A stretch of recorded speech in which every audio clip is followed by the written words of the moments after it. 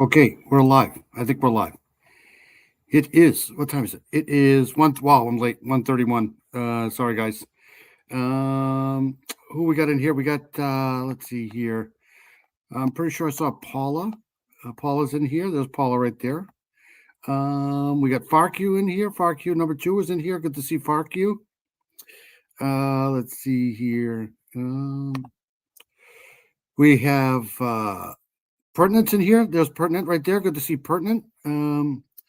There's Southern Girl. Southern Girl's in here too. I hope I'm not butting into your live. I knew you had a live tonight. Was unable to get over there because I was watching the NBA playoffs. Good to see you, Southern Girl. Always good to see you here. Under the Diet of Co-Conspirators here. Good to see you. Always good to see you. Let's see here. Shay Watson is in here. Good to see Shay. Let's see here. And I always miss saying goodnight to Shay too, so I'll do that now because I'll forget later on. Let's see here. And there's Heather right there. Good to see Heather. Always good to see Heather in here. Hope Heather's well. I have the noisiest owl on the west side of the property. It's kind of nice. Yeah, owls are good. Owls are good for rodent populations for sure. Let's see. All right, so I'm gonna go over. Good to see everybody. Hope everybody's well. Becky's in here too. There's Becky right there. Good to see Becky. Let's see here. Mustang's in here. There's Mustang right there. Always good to see Mustang. Okay, so we're gonna go over the true crime cases of the week. And then I got some other stuff going on too. Cindy Lean's in here. Good to see Cindy Lean. Becky's in here. Always good to see everybody in here. Sorry, I'm a little late. Like I said, I was over there on the NBA playoffs there. And what else was I doing? Sweeping the floor in here. But good to see Heather. So let's, Mino Dino's in there. There's Mino Dino right there. Good to see Mino Dino. Like I said, I hope I'm not butting into anybody's live tonight. Hope everybody's doing well. Let me play. I got a new intro for everybody, so let's play that, and then I'll be right back. We'll get going. Oops. Got a lot of shit going on. Do the missing person case of the week, and then we'll do whatever's going on with the Nancy Guthrie case. Let's see here. They keep messing around with me on this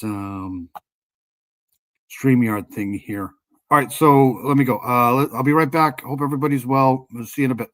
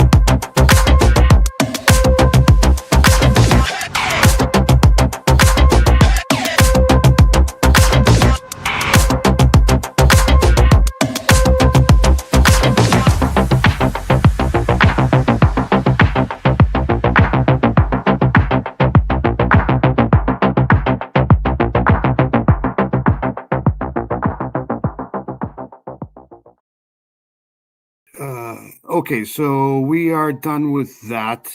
Thank you, Heather. I figured I'd change it up a little bit. The other one was getting a little stale. But anyways, so hope everybody's doing well. It is Saturday. It's actually Sunday now, 1:35 in the morning, 4/19/2026. So we're breezing right through the month of April here. Pretty soon, it'll be Memorial Day, then July 4th, and then the summer will be over. But anyways, for now, it's April. All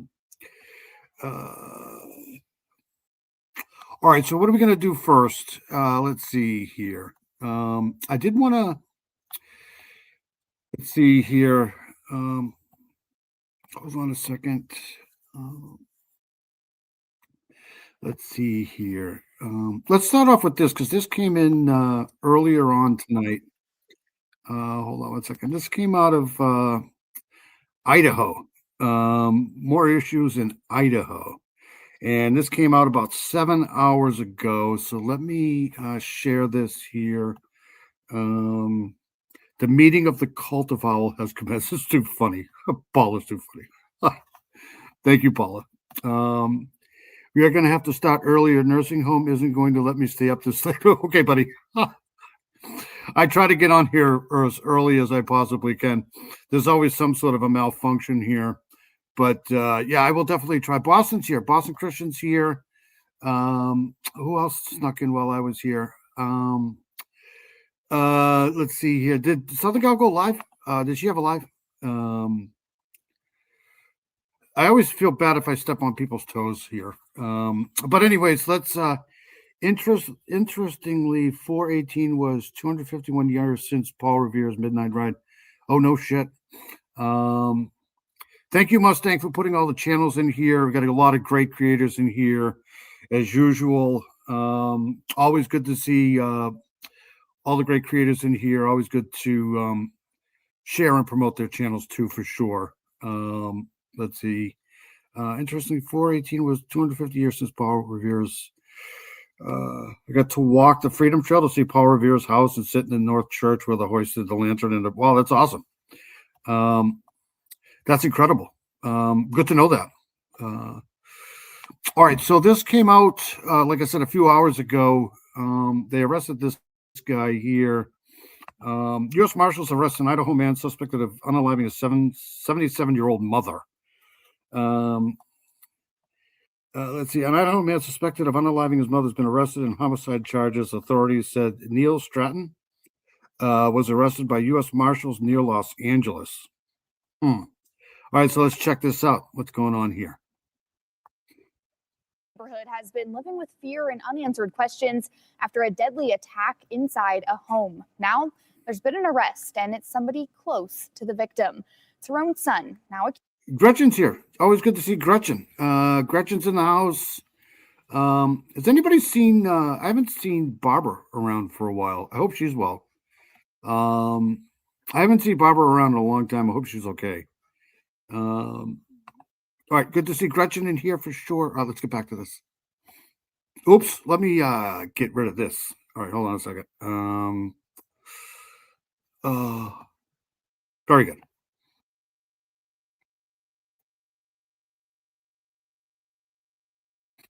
accused of murder.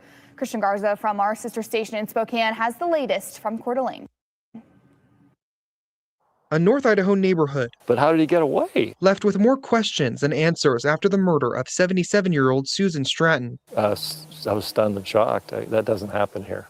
Is now able to breathe a sigh of relief after an arrest was made in the case. But at the same time, it kind of mars the whole image of the neighborhood, which was concerning. Michael Frederick has lived down the road from the house where the incident happened for almost a decade. He says for the last 7 months, he and his neighbors have felt irritated with the lack of answers. Nobody was getting information. That caused a lot of concern. But you think, are we safe, was the main thought. Last fall, Coeur d'Alene police received a call from the victim's son saying she was reportedly attacked in her bed.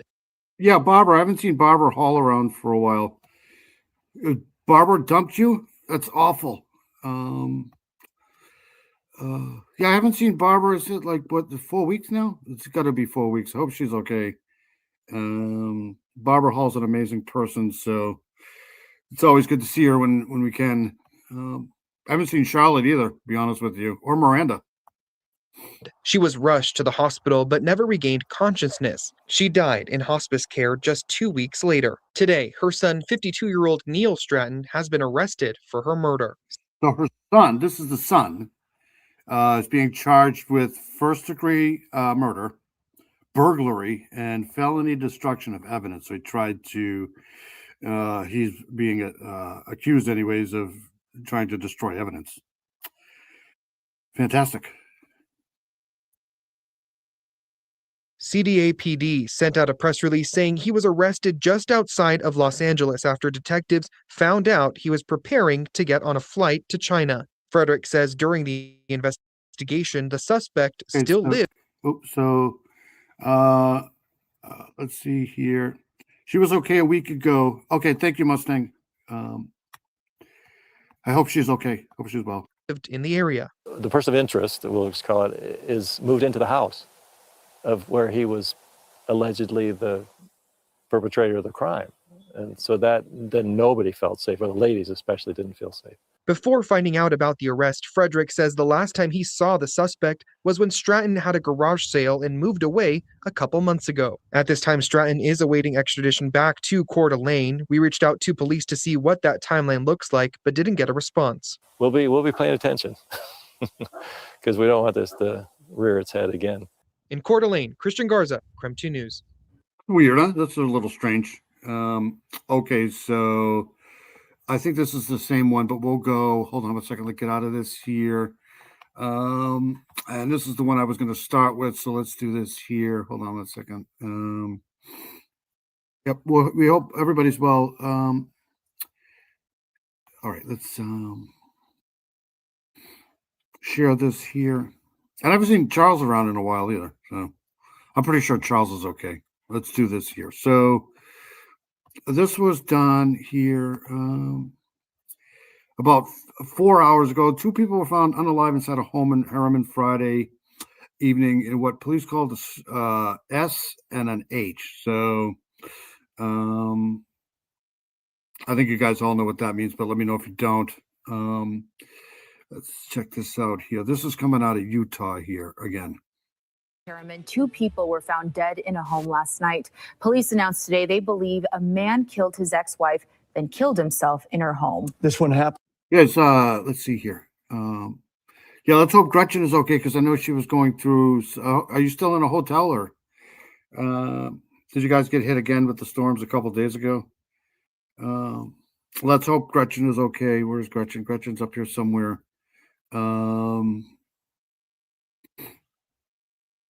All right, let's go. In a neighborhood near 138 South and Mountain View Corridor. KSL Sarah Martin is live there now. She spoke with close friends of the woman that was actually killed. Sarah.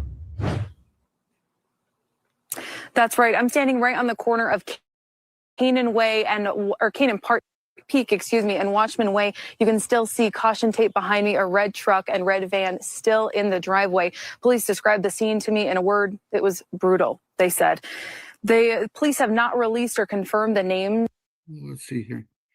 Husband was stuck on a train that stopped for tornado warning, and my son was waiting for him for hours. Oh my God, that's horrible. That's terrible. You're still in a hotel? Oh my God. Yeah, we got some storms here the other night. What was it? Thursday night. I was going to try to get some good images for you guys, but by the time I got up to the hill, it was pretty much over. They started demo on the house yesterday. Oh my God. Oh, that's awful. That's absolutely terrible. You can put your GoFundMe link in here again if you want. PJ's in there. There's PJ right there. PJ's amazing. She's got a great channel. Like I said, I try to get over there during the day when you go live. Just like today, again, I wanted to get up so early. I wanted to get up at 4 o'clock, but I didn't end up getting up until like 6:30.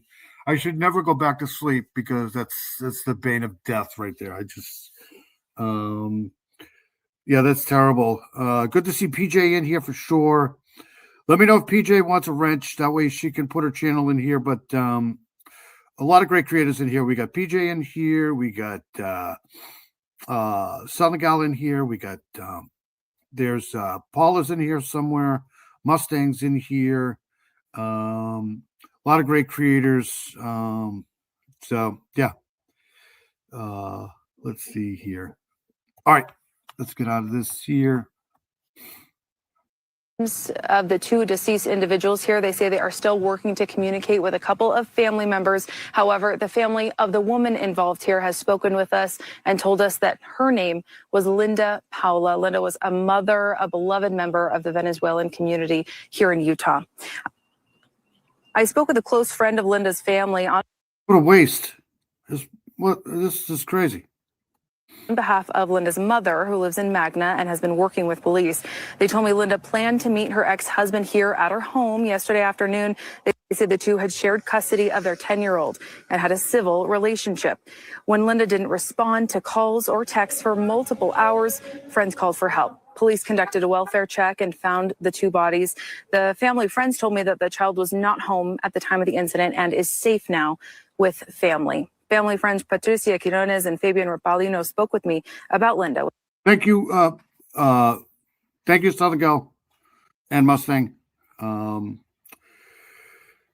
Yeah, you can throw that in here if you want, for sure. Every little bit helps, I'm pretty sure. All right, let's go here. With the help of a translator. She was always a bright light for her mom. A person that was always, again, trying to do the best for their community, the Venezuelan community. Linda emigrated from Venezuela to here, Utah, about 8 years ago. She owned her business as an esthetician. Herman police say no history between the two of domestic violence calls between. Let's see here. We had tornado damage, a couple counties near us, terrible damage. We never used to get tornadoes, but in the last few years, we had rain, high winds, hail in my county. Yeah, you got to be careful. If you're west of the Rockies and east of, say, New Hampshire, you're probably not going to get them. But anywhere in between that, you're pretty much in the zone. This year's getting so bad for Wisconsin. Yep. Thank you, Gretchen, for that. Yes, she is. She is very, very attractive. But these stories are always so difficult because it's, obviously something going on here.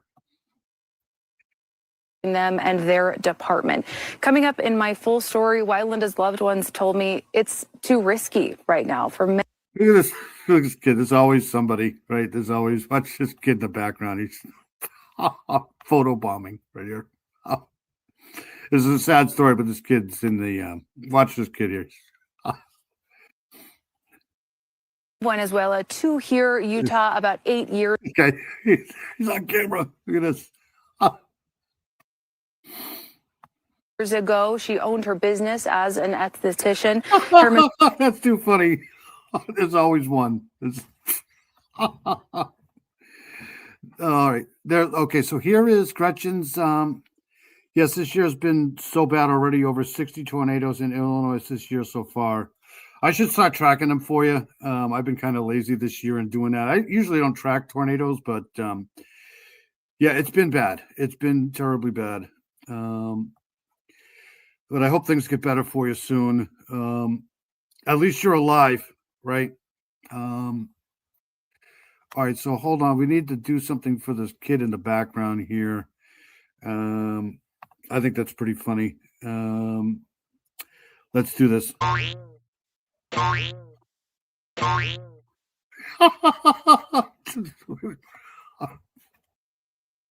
Oh, that's too funny. And police say no history between the two of domestic violence calls between them and their department. Coming up in my full story, why Linda's loved ones told me it's too risky right now for many immigrants to call police, call for help. We'll talk about why Linda may be paying the price for that situation. It's terrible. All right. Hold on a second. I didn't want to play that, but hold on one second. Let me get out of this here. This was for, hold on a second. Let's play this. This just came up. Husband speaks out as search for missing Oakland woman. Amy Hilliard continues. When did this happen? Let's start here. So this is Amy Hilliard, missing since 3/25/2026. So that's last month. 52-year-old white female, 5 foot tall, 5 foot 4 inches tall, 120 pounds, Oakland, California. Let's try this. After nearly a month of questions, for the first time, the husband of a missing Oakland woman spoke to Cron 4 News about the search for Amy Hilliard. The beloved wife and business owner was spotted last in Oakland's Cleveland Heights. Thank you, Cindy. Sorry to keep stopping this, but I'm just making sure everybody's okay here. Thank you, Mustang, for doing that. I'll try to put that link in the description down below. Paula, he was waiting at the train station. It's about an hour away from us. My fence blew down. I've been down with a leg injury for, oh my God.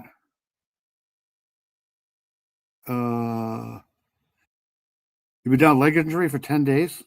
I hope you get better. Hope you feel better. Any chance she is still alive? Who? What else? All right. Keep stopping this here. I don't know. I haven't heard about this case at all. I just linked onto it when I was in the other one. So I'll have to, like I said, there's so many cases going on. You just link on something and there's another case. This is, like I said, this was done a few hours ago, 14 hours ago. So let's check this out. What kind of dog is this? Neighborhood back on March 25th. But since then, there have been multiple searches that have happened. How the hell do I not know about this? This was done, she went missing a month ago. For her in the city, involving dozens of volunteers from around the Bay Area and beyond. And now our Michael Thomas is sitting down with her husband in an update that you're only going to see on KRON 4. It's been nearly a month since she disappeared. The search for Amy Hilliard continues with few answers found. And for the first time, her husband, Chris, is speaking on camera. The constant unknowingness of where my wife is, my best friend, my partner, it's unbearable. Every morning I wake up and the nightmare starts over again. The couple has been together for more than 25 years and have 2 daughters, both home from college. Them not knowing where their mother is something no child should have to go through. He describes Amy as beautiful, both inside and out, and a light in the community. She loved to bring community together, host gatherings. All right, hold on a second here.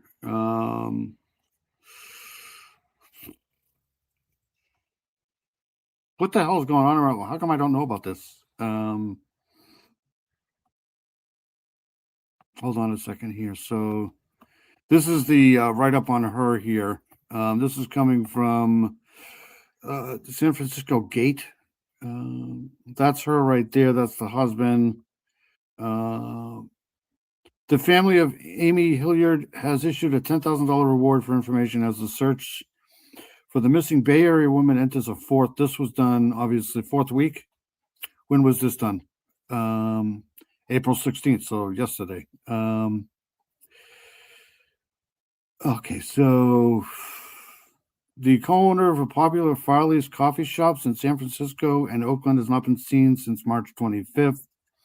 On Monday, the family announced a $10,000 reward for a safe return. Hilliard's sister Alexandra said in a video posted, whoops, what the hell's going on here? Wednesday to the website to bring Amy home that the family is desperate for information. I believe that you are out there somewhere, and I pray that you, wherever you are, you'll find home safe. Alexandra's last name has not been made public due to privacy concerns. That's weird. The sister's last name. That makes sense, actually. Hilliard was last seen in surveillance footage near Diamond Park. Let me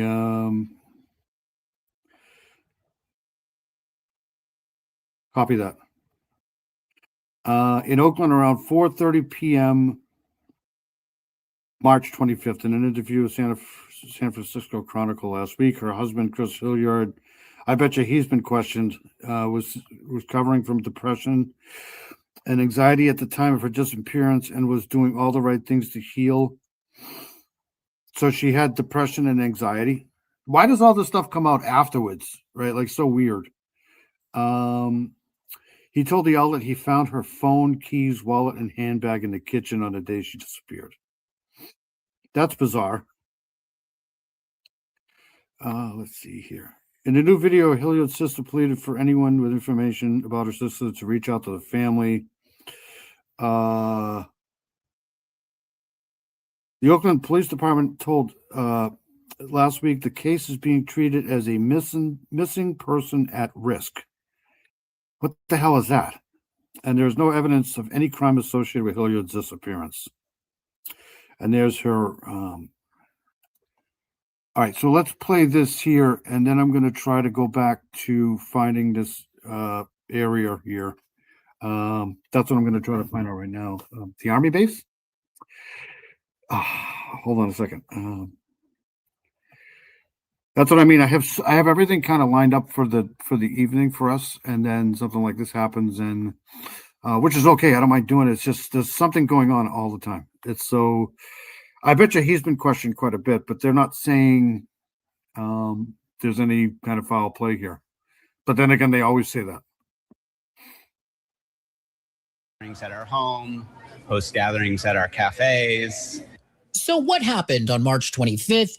Well, he says the day she went missing started like any other. The two had breakfast at home before starting their day. He dropped her off at a BART station in Oakland as she headed to a therapy appointment in Walnut Creek before he headed to work. She texted him just before 2 p.m., and neighbors say they saw and spoke with her while she was walking the dog at that time. But when he returned home just before 3 p.m. that day, he says he knew something was wrong. Thanks, buddy.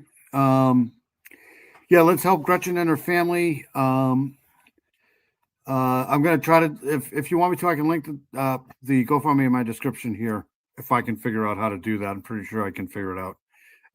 Thanks, everybody. It's been weird. I literally had zero use of my right leg, so I've been stuck upstairs. Oh, my God. Then my fridge went out a few days ago, and fence blew down. You poor thing. What the hell's wrong with your leg?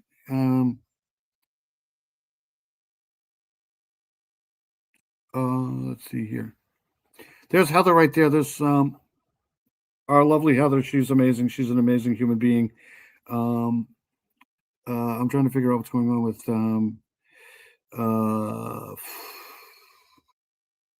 let's see here. I hope your leg gets better. Let's see here.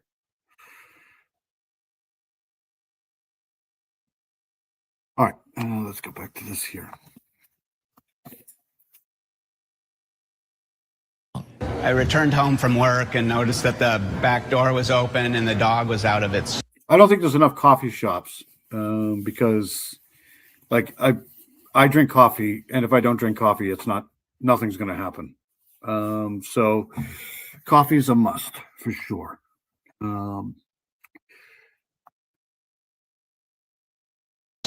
Crate, which was surprising. Doesn't this guy look a little like Sean Penn? And her belongings were on the counter in the kitchen, so I knew something was wrong at that point. I searched the house, I talked to our neighbors, and then I started searching the neighborhood, and then called OPD to file a missing persons report. Dino's awesome. We love having Dino here, even though he usually is on his Only Friends fan page. But it's always good to have him check in here. Dino's great. Let's see. Has anyone checking on yet? A little bit wrong hair color. You think? All right. It was clear that something was wrong. That's when the search began. Police. Okay, so hold on a second here. I want to go back to this. Last seen, 2 p.m. March 25th, 2026. Location, this is a different location than I have. 500 block Radnor Road. Now I got to fix that. Hold on a second here.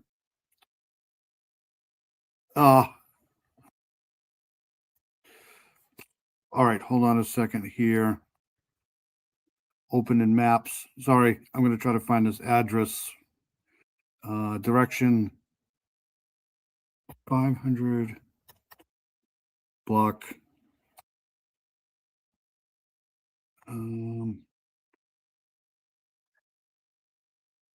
Radnor Road.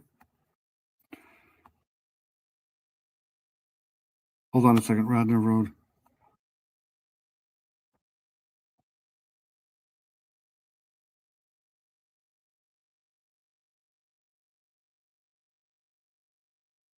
There's no such thing. Oh, right there. Okay, so get driving directions. All right, hold on 1 second here. Let me get out of this here. Stop sharing this here.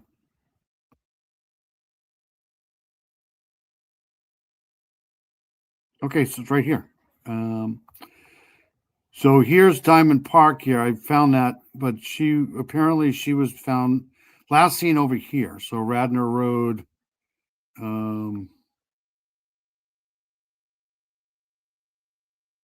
I want to go over here.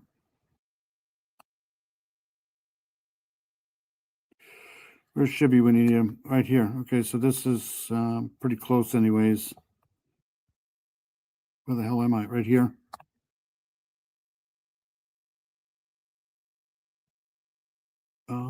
Right here. This is the last place she was. See, 500 block, Radnor Road, Oakland, California. Right on here. She was the last place she was seen, and kind of in this area here. I wonder, she probably lives here somewhere. You think? All right, so I'll save that. Let's get back to this. Hold on a second here. This is so weird. I just found out about this just while we were here. Wearing white short sleeve shirt and light jeans, white sneakers with black stripes. 52-year-old female. Do you think she may be going through some sort of a early menopause type thing? Is that usually when 52-ish? Does that make sense? I don't know. Perimenopause, or I don't know. When the search began, police asking the public to check surveillance video and No, it's not report illegal, any possible sightings of Amy. So far, there are few answers. About a week after her disappearance, surveillance video placed Amy near Oakland's Diamond Park area, where she's known to walk and hike, leading to a large search involving multiple law. That would be awesome. I would love to meet up with you guys at some point in my life here. It'd be so great to meet you guys. All right, let's go back here. Enforcement agencies and dozens of volunteers, but after hours of searching, no sign of Amy. And as the search continues, Chris says speaking publicly hasn't been easy. Yeah, I've been overwhelmed with emotion, and I generally shy away from public speaking, but despite that, we need to. Do you think he looks that I don't know.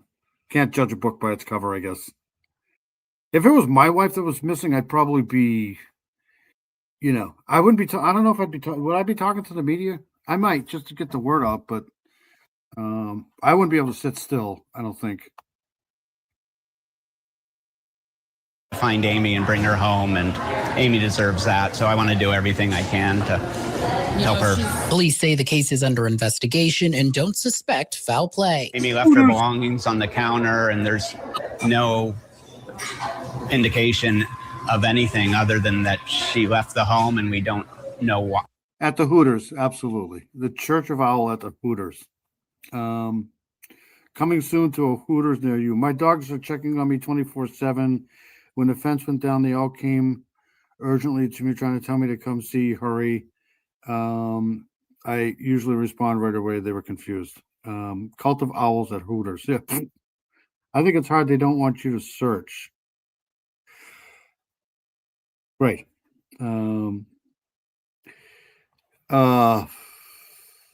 This is a strange case here. How or why at this point. So we're pursuing all the clues and all possibilities. Chris says Amy had been dealing with depression and anxiety and was seeking help before she disappeared, saying as far as he knew, she was on the right track. On medication for that, seeing a therapist and taking steps to get better. And as of now, they've put out a $10,000 reward for anyone with information.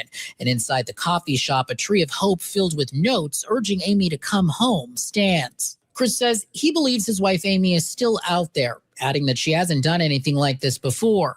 Okay, so just a quick AI search. The average age for menopause is 51 to 52 years old in the United States.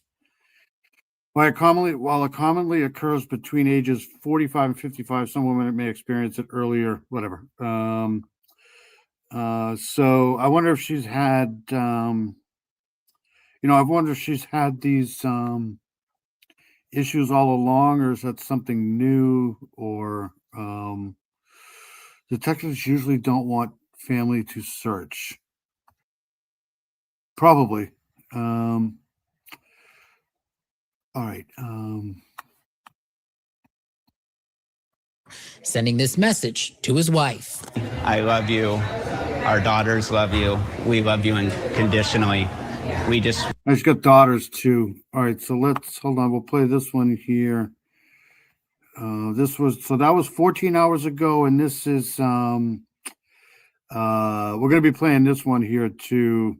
This is really sad. So we're gonna play this one here. We begin with a desperate search for a missing Oakland mother and business owner. It has been a month since 52-year-old Amy Hilliard was last seen leaving her home in Oakland. Today, her family and friends were out looking for her, talking to neighbors to see if anyone had any information. NBC Bay Area's Christy Smith has more on the search and the emotional message from the family. Outside of Farley's East Coffee Shop in Oakland, a new search effort for Amy Hilliard, the co-owner of Farley's Coffee Shop, who's been missing since March 25th. You are looking to connect with people, hand out flyers. Pause. A network of devoted volunteers, friends, and family members gathered to hit the streets today to look for Amy. Amy's husband, Chris, spoke with NBC Bay Area. This is a complete shock and unknown to all of us. Amy's never disappeared before, and we just don't know what happened, and the not knowing is probably the hardest part. Chris shared with, like I said, it's always good to see everybody here. They have a doggy door, but it really upset them having their fence down. I can imagine. Maybe she is at Farley's West. Oh my God, it's always good to see Dino in here. Let's see here. Okay. I think this is just some sort of I don't know. Do you think she has daughters too? That's kind of sucks. with us how tough the last few weeks have been for him and his family. I just want to say we miss Amy terribly, and we just want anyone to come forward with any tip, no matter how small, to help bring Amy home. Her daughters and I are just devastated right now. People just don't disappear, though. You know, like just like a phone left behind and stuff left behind. That's to me, that's kind of strange. But they have her posters everywhere here. Oakland's a big city, though, big place. So I don't know. The couple has been married for 22 years, lived in Oakland for 19 of them. Chris says Amy had been suffering from anxiety and depression, but was getting treatment and by all accounts, doing better. He says on the morning of the 25th, he dropped her off at a BART station so she could go to an appointment in Walnut Creek. He says she texted him that afternoon that she was back home. I got home around 3 o'clock that afternoon, and the back door was open and our dog was not in its crate. And then I walked in and saw her phone. What? Was not in its crate. And then I walked in and saw. I got home around 3 o'clock that afternoon, and the back door was open and our dog was not in its crate. And then I walked in and saw her phone and belongings on the counter. So I got to hear that again. Hold on a second. Sorry. Around 3 o'clock that afternoon. So he got home. Oh, hold on a second. I got to back this up.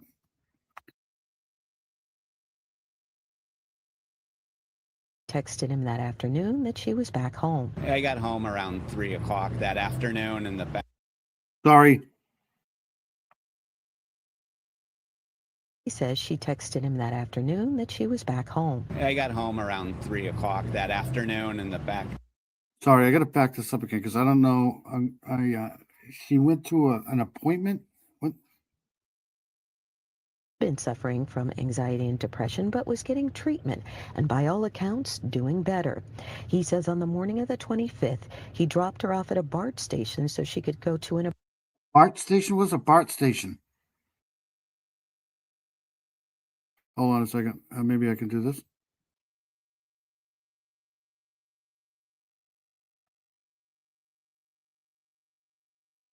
He dropped her off at a BART station so she could go to an appointment in Walnut Creek.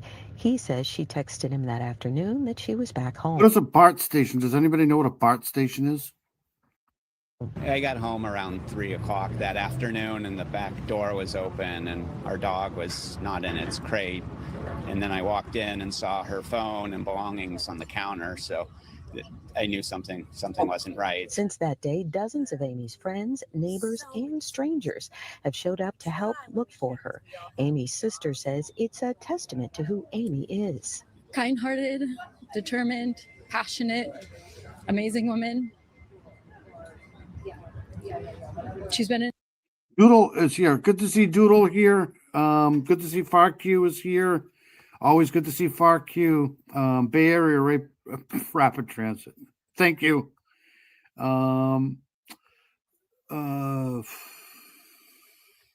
You would think that they would have cameras around there, right? I've never had anxiety till menopause. That's a thing, though, right? I know. I'm pretty sure my wife is going through that. It's always good to see Doodle in here. Let's see here. She smiles a lot, doesn't seem to be too upset. See, that's why I've been let's see here. Very sad. Was she under pressure, mental health? When I went through menopause, I came to an absolute understanding of how spontaneous combustion happens. Exactly. That's no joke, right? It's a serious thing. So I wonder if the onset of this might have been because of that. But this is just kind of strange that the door was opened in the back and the dog was gone. Hold on a second here. This is the sister here. They almost look identical. In my life, so as long as I've been here. And she has been the person that I counted on and that I love. Oh my God, this is so horrible. She's been missing for 3 weeks. She's lost. We reached out to Oakland Police for an update today, but haven't heard back yet. You know, you got to give a shout out to all these people that pitch in and help like this here to get, I mean, these volunteers that do this stuff here, shout out to them, man. She's been missing for 3 weeks. I don't know. The family says police have said there is no evidence of foul play, and they are hoping a $10,000 reward can help lead to Amy's safe return. I love you, Amy. We're here. In Oakland, Christy Smith, NBC Bay Area News. This is just strange, right? It's just bizarre. He gets home, the door's open. So whoever said that's right. BART stands for Bay Area Rapid Transit. So I don't know where permanently closed. Transportation service in Oakland, California, permanently closed. What does that mean? Are there more than one anyways, I'll have to keep an eye on that. That's strange. Bay Area Transport.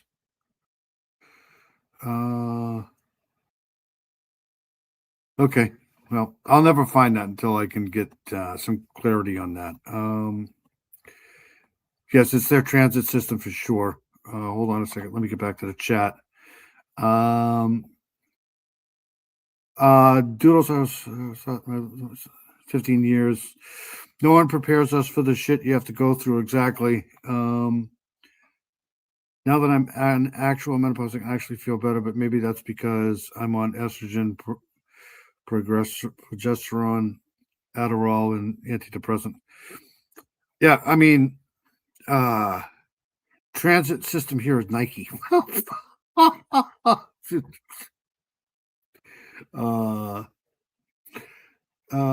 you, you're giving What's going on, fuck you? My kids wanted me admitted for the 11 years I went through it. I thought it was crazy. It can't be that easy. I think he should get a rep to talk to the media while he searches for his wife. Absolutely. I don't know. It's strange that she just left everything behind. The door was open. But I don't know, man. That menopause stuff can be pretty challenging. All right, so let's. I'll keep an eye on that. I don't know what to tell you. It sounds kind of suspicious to me, but then again, everything sounds suspicious. All right, so let's move on to this one here. We're going to go back to Massachusetts here. Hold on one second. Let's see here. Okay, so this happened. I've been following this here for a couple of hours here too. This is a Middlesex District Attorney Marion Ryan's held a news conference about this man with knife shot, killed by police officer in Lexington. So this happened today too. Let's check this out here. Beginning that we are in the very early stages of this investigation. There is some information that we do not know yet, and some we are not prepared to release at this point. But I do want to Why is this so low? provide some preliminary information about. And then from here, we're going to go on to this case right here, which is going to be a really triggering case. This is one I wanted to go through tonight. But let's do this first here. Fatal officer involved shooting that occurred this afternoon in Lexington. What we do know is that about 1:40 this afternoon, Lexington police received a 911 call from a resident of Mason Street reporting that his son had injured himself with a knife and was in the home, asking the police to come to the house. Lexington police arrived on the scene first. They were followed shortly thereafter by members of the Northeastern Massachusetts Law Enforcement Council. I don't know how women do it, man. I really don't. I don't know how they really got the shit end of the stick sometimes. I know men go through stuff too. Like I think I had kind of like a midlife crisis a few years ago. Women lose vital stuff like estrogen and all of that stuff. It's got to be hell. Anyways, let's go back to this here. Referred to as NEMLEC, who were in Lexington for some Patriots Day events and responded to a call that had gone out over the radio. When the police first arrived, they escorted two residents of the home from that house, leaving the third resident, a 26-year-old male, inside the home alone.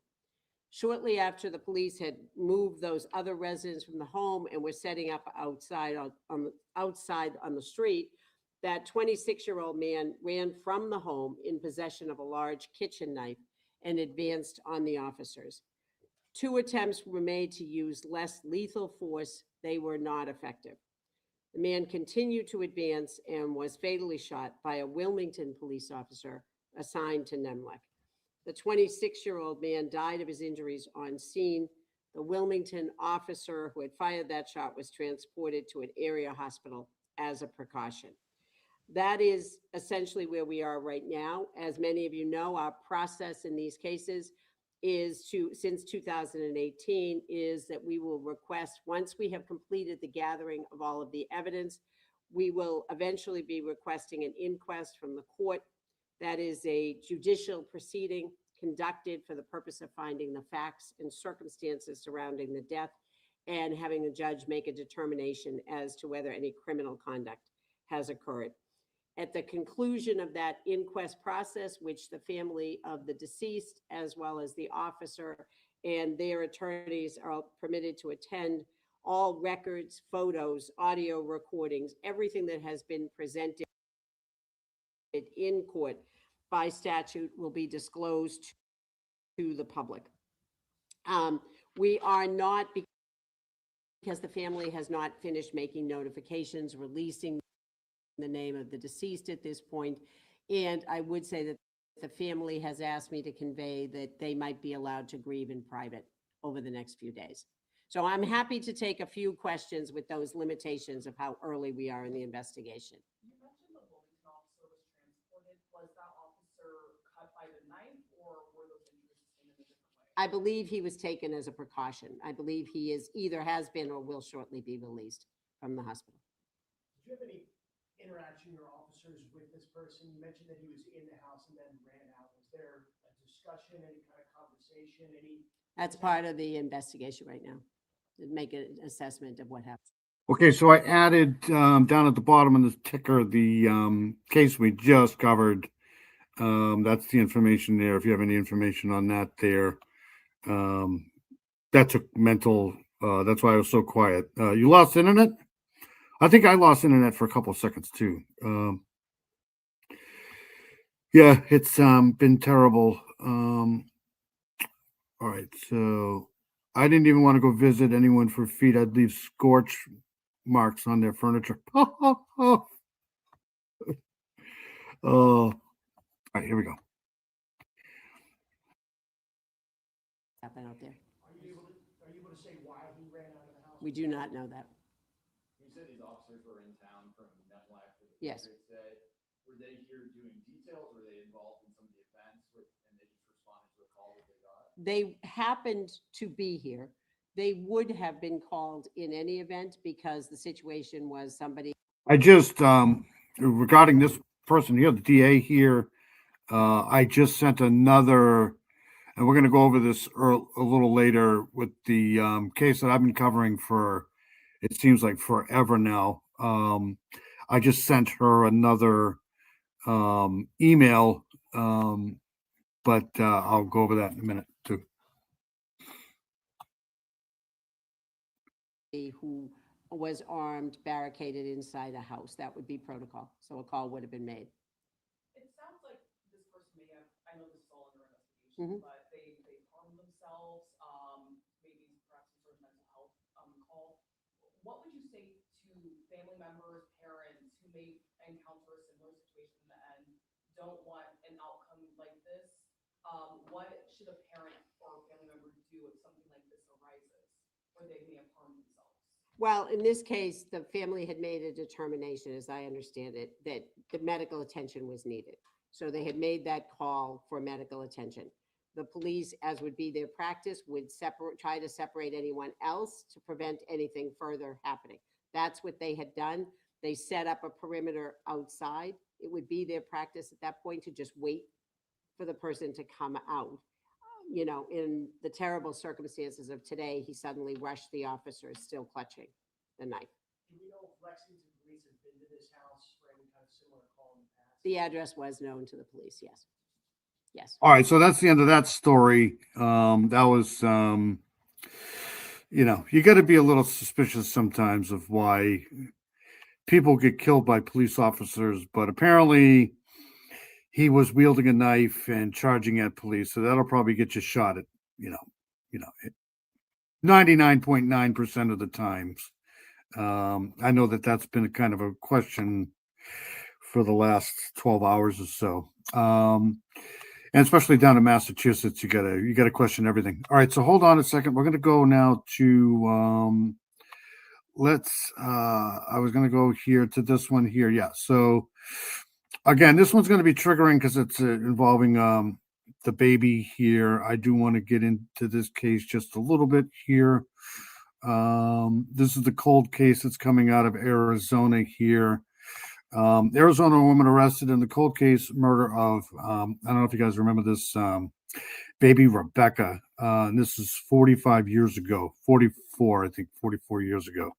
So in 1981, a newborn baby was found unalived in the woods behind a North Dakota College campus. Medical officials determined she was alive at birth and was, dead after.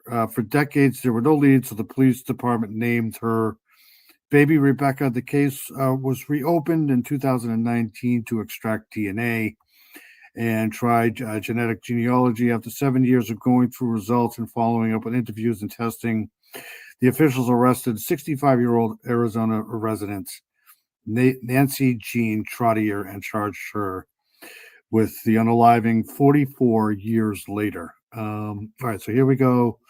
Like I said, this may be a little triggering. So, of course, every case here is triggering pretty much.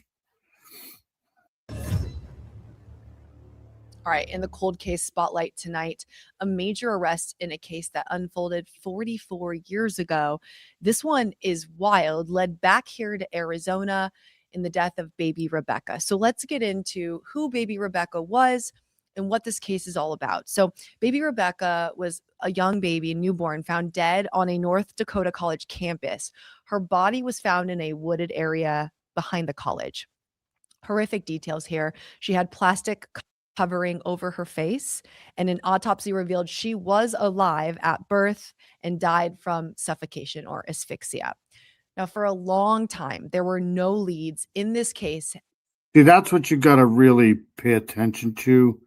When you have, especially this time of the year, when you have a temperature go from 85 to this low in that short of a time, you're going to have 9 times out of 10, you're going to have some severe storms with that, because that's a lot of different current there. That's a lot of, like we had the other night, we had those storms come through, and they meant business because it was cold air riding over warm air. So that's not good. 85 to 30, that's not good. Chances are there's going to be an issue.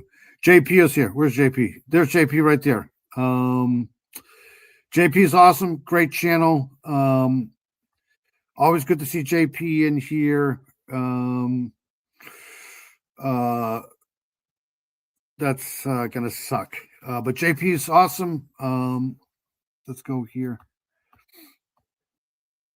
At all. And baby Rebecca was named that by the. This is such a horrible story here. This is just she's probably going to go over the the story here, so I'm not going to pull it up on the to give you a lowdown. She's probably going to go over it here. Police department to give her a name, but was buried, and that was kind of the end of it for many years. They had no answers until the case was reopened in 2019, and they wanted to use advanced DNA technology to see if they could finally find who killed baby Rebecca. So they exhumed her body, and parts of her DNA were sent to labs for testing and for genetic genealogy. It was back in 2020 that they actually got the first results from this, and DNA pointed to relatives of a Arizona woman that they believed was possibly the killer. Now, they started talking to this woman. They did further testing. And in 2023, this DNA basically came back as an exact match to the crime scene. But the arrest just happened recently. That means 44 years later, they finally were able to put some closure and figure out who did this to baby Rebecca. I want to bring in our live guest, Michaela Marshall. She's a reporter here at our station in Arizona. Michaela, you've been working on this story. So I think my first question to you is, who is this woman who was arrested, and what do we know about her in this case so far? Well, I've been able to learn quite a lot about this woman in the last several days since I've been reporting on this case, looking through court documents and also really scouring the internet and social media to try to piece together who this person is accused of this horrific crime. Her name is Nancy Trottier. And Brianna, we are talking about a 65-year-old woman that has no criminal history, facing a murder charge. Wow. She is a mother of 4, and she has really dedicated her life to serving children with disabilities. She has spent 41 years teaching at the North Dakota School for the Deaf. She recently retired after living her entire life in North Dakota, and she came out here to Sun Lakes, Arizona for her retirement. And she came with her husband, and her husband was her boyfriend at the time when she was in college, when all of this happened. And through DNA.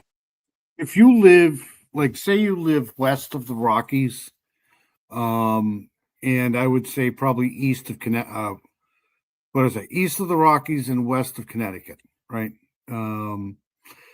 First thing I would do is get a barometer, especially like some sort of a digital barometer, because that could be a lifesaver when it comes to, you're going to see a huge difference between readings if something's going to be happening imminently. So that might give you a little bit of time to get. But I would definitely get a radio that takes batteries.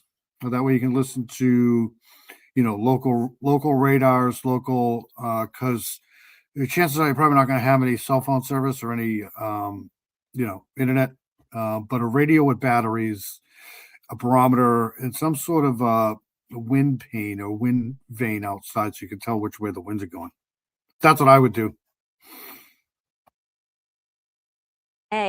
Police were able to identify her husband as baby Rebecca's father as well. Wow. So she's facing charges, but he's not? Yeah, so that's something that I've been asking and trying to get to the bottom of. I mean, it's hard to imagine that he didn't know that she was pregnant to begin with. Right. And then obviously. Thank you, Cindy. It's always good to see Cindy here. Let me know if you want to rent, Cindy. Thanks, Dina. I shared your link on your posts too. Awesome. Mustang's awesome. Thank you, Mustang, for throwing all those channels in here. But it's just been one leg issue right now. I'm getting ready, really tired, but I'll be listening. Don't talk bad about me. Okay, we'll make sure we do. If you fall asleep, buddy, thanks. It's always good to see Dino in here. Dino's awesome. She's accused of burying the baby's body after baby was born, suffocating the baby, and as you mentioned, leaving it in the woods, plastic covering her face, umbilical cord still attached. Oh my God. Something must have happened after that with her and her boyfriend. And then they got married and had 4 additional children, have been together all these years. So it's hard to imagine that he wouldn't know, but we don't have answers to that. It's such a small town. This is Valley City, North Dakota. It's in Barnes County. It's about an hour outside of Fargo. And every department that I have called tells me they don't have a public information officer, which, as you know, Brianna is. Have a good night, Cindy. If we don't see you, have a great night. You too, Dino. Have a great week. You guys are all awesome. This is such a horrible case.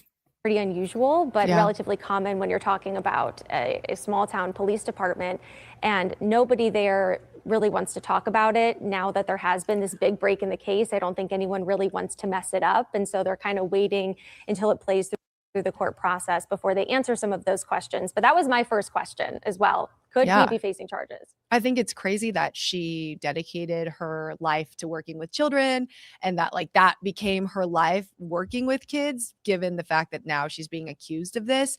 But what I also don't understand, and I'm hoping you can kind of clarify at least what we know at this point, she said some weird things to police in 2021. Yeah, this is terrible. This is a terrible case. I caught probably the last 5 years of this case here. But it's been kind of off and on in the news. So, So 4 or 5 years ago, she actually had, I don't want to say it was a confession, but it was an odd statement. So can you take us through what she said, and then also what took so long from there? They got DNA back in 2020 and then 2023. Why did it take so long to then charge her? 40 years. Yeah, 40. All right, buddy. Good to see JP in here for sure. She had to live with that for 40 years. It's crazy. Crazy, crazy, crazy. Here in 2026. Again, same questions that I had and have not been able to get answers to, because everyone in this small community is pointing me to another agency.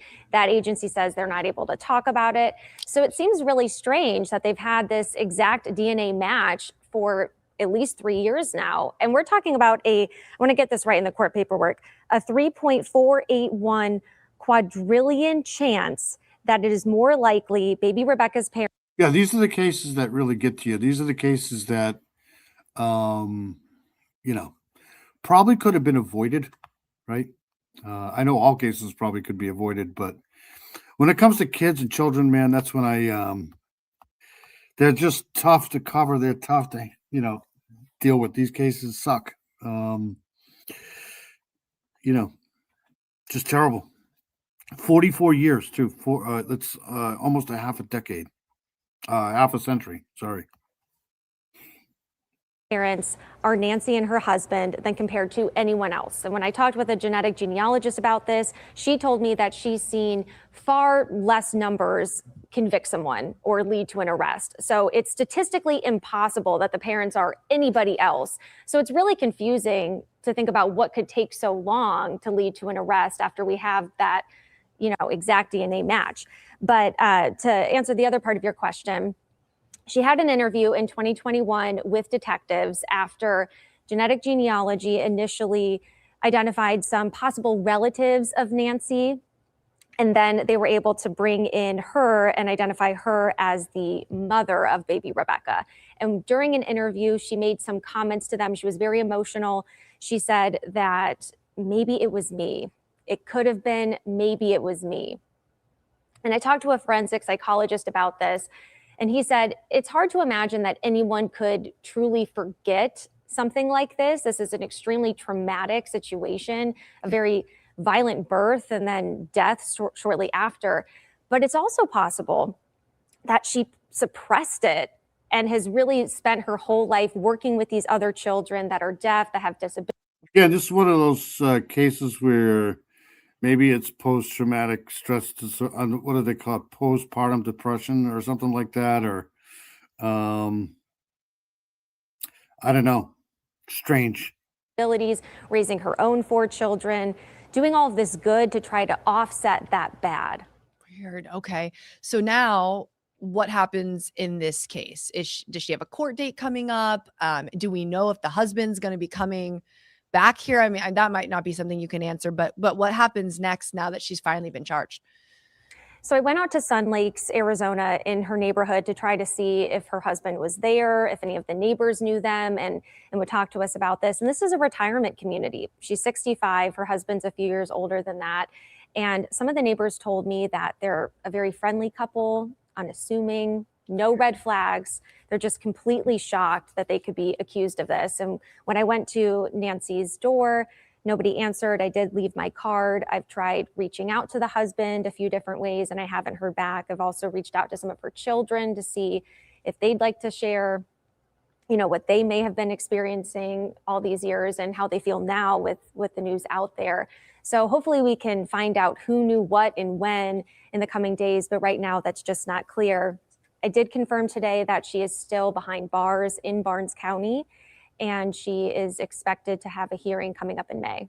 In May. Okay. This is so weird. It's very similar to the airport baby or baby Skylar case that we had covered. Kind of the same thing where the baby was left sadly in the bathroom at Phoenix Sky Harbor. And decades later, they finally make an arrest of somebody who lived out of state, then had to come back here. Same kind of thing. It's like it had kids of their own after that same suspect. So it's weird that it kind of has like very parallel ties to that.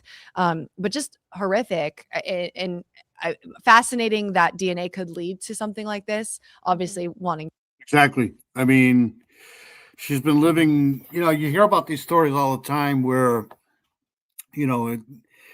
modern day technology, right? It's like you hear these people all the time going about their lives 40, 50 years later, then all of a sudden there's a knock on the door and it's the police, and come to find out they've, caught up to you 40, 50 years later. I mean, it's just, it's awesome that they can do that, but, at the same time, Mustang, I thought I messed up who was going to sleep, but I guess they were both. I'm losing it. Me too. Not an action you can forget. No, absolutely not. I do know that some people can put things behind them, though.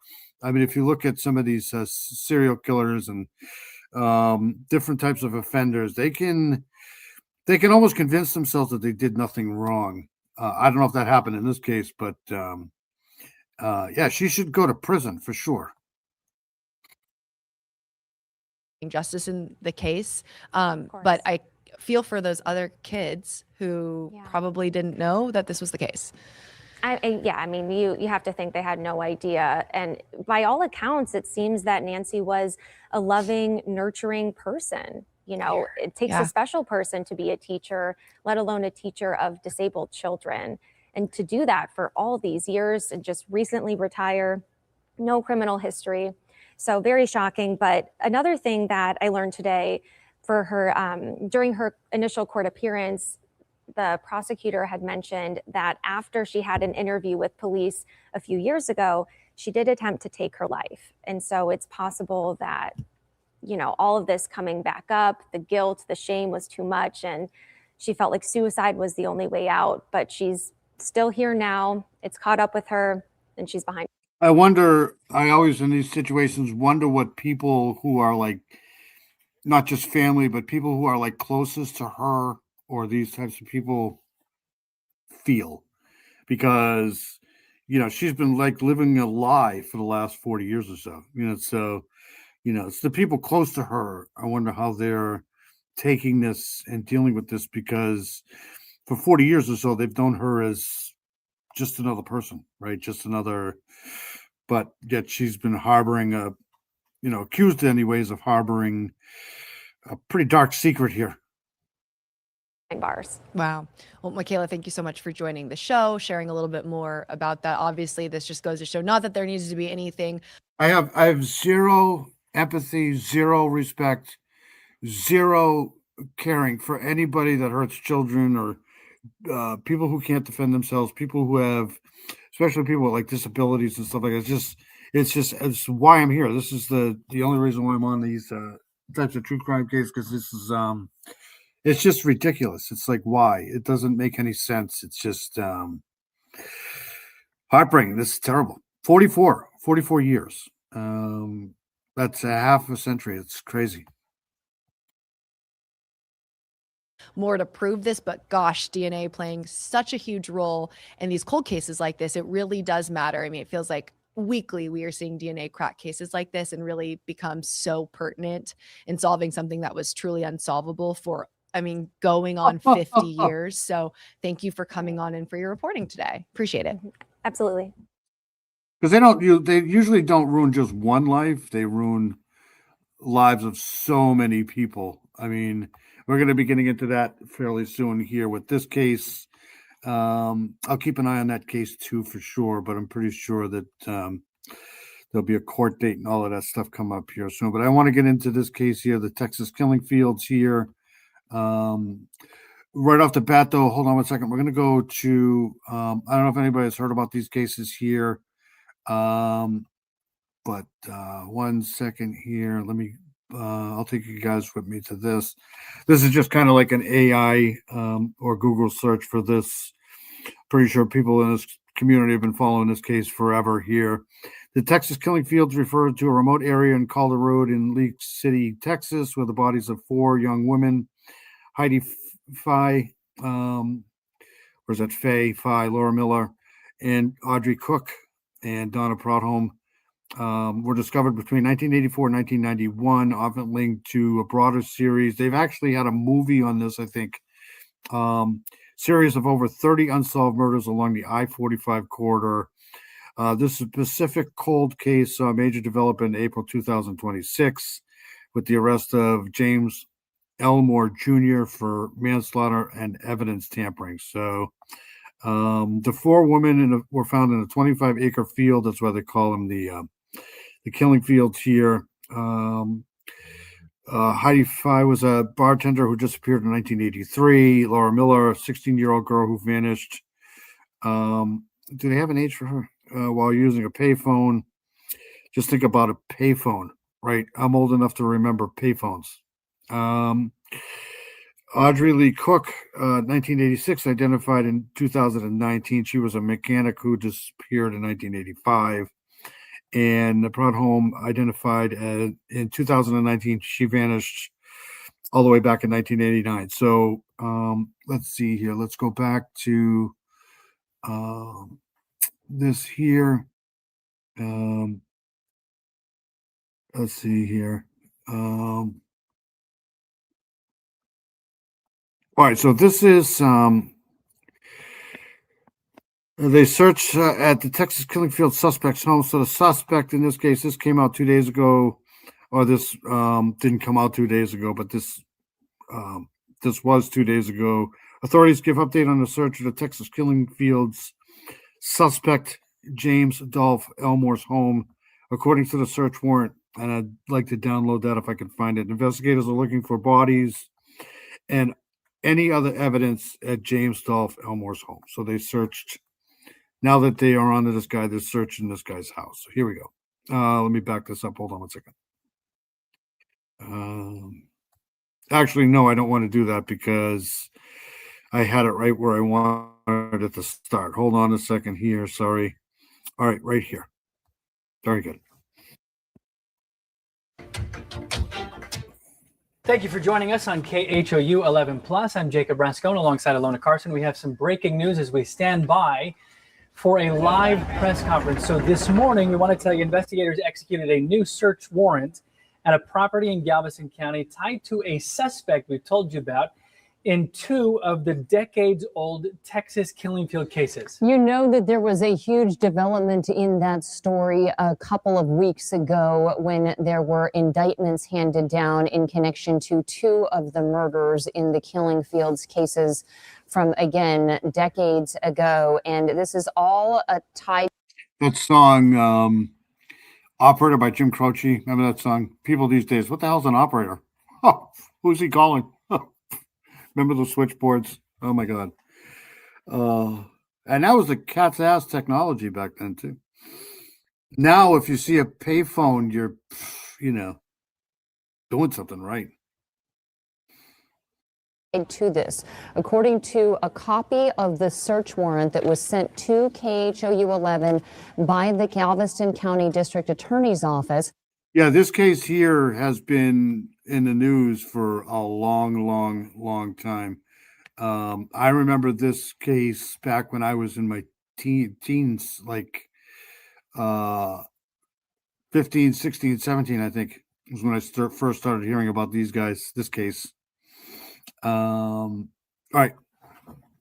Law enforcement has targeted this home on 18th Street in Bay Cliff, looking for evidence connected to a death investigation, potentially including human remains and other items that might be tied to these cases. Really big news. And we're, of course, watching here as on your screen, you're seeing these officials, including Galveston County DA and others, who are standing by for this press conference that will begin in any minute.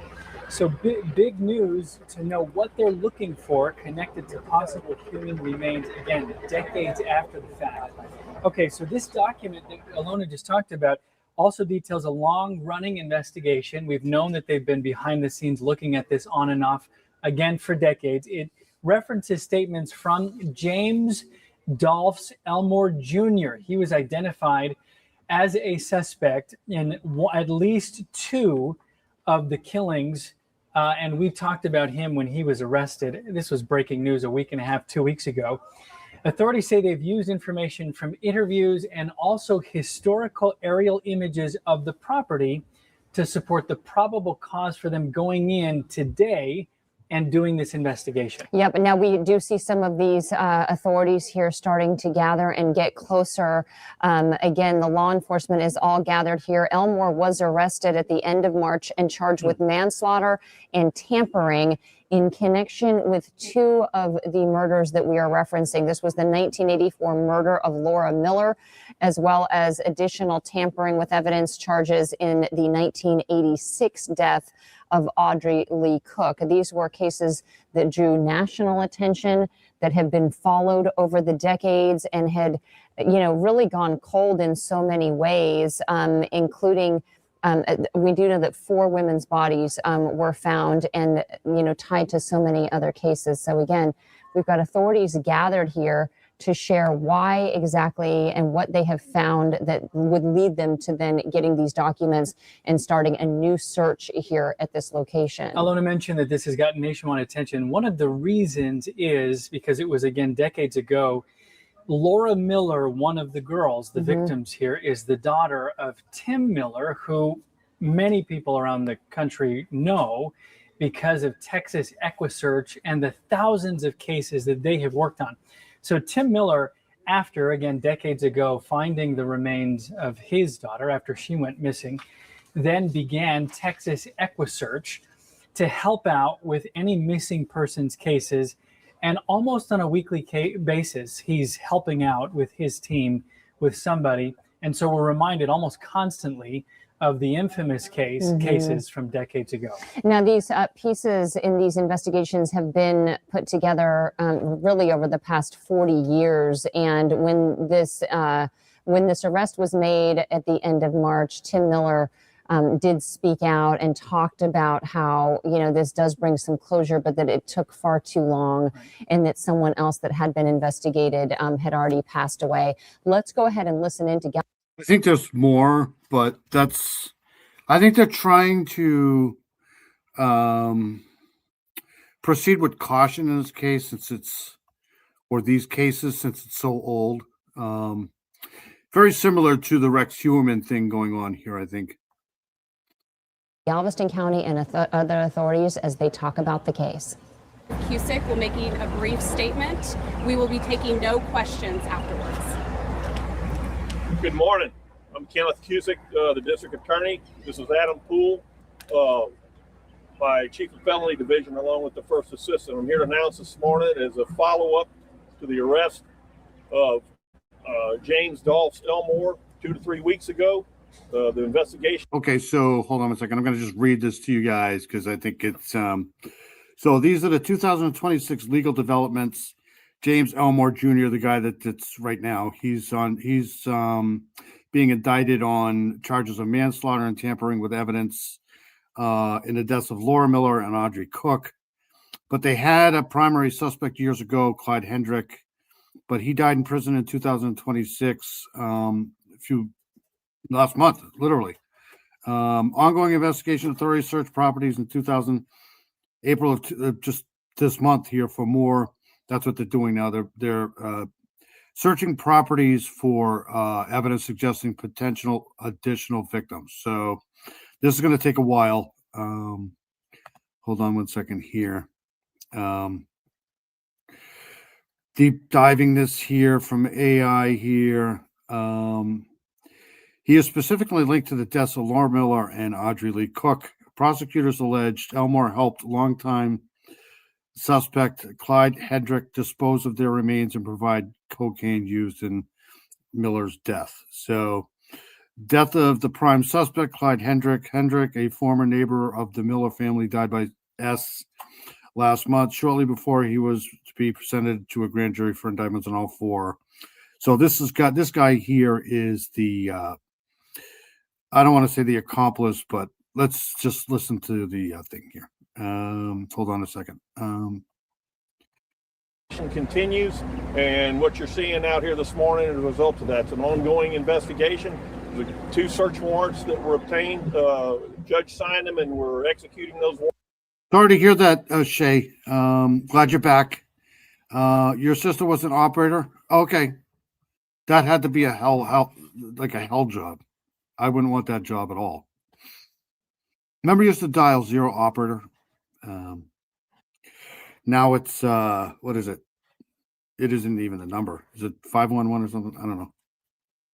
Warrants as I speak. So this is a continuation of the charges several weeks ago of Mr. Elmore, which involved the manslaughter of Laura Miller, and also the 2 charges for evidence tampering for the disposal of her body, and also of Audrey Cook.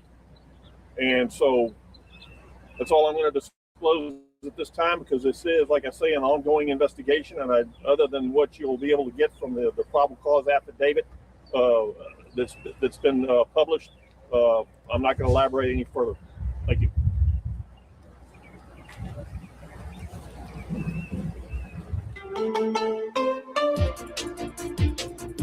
Okay, so let's play this one here. I could play the full presser if you want, but let's play this one here.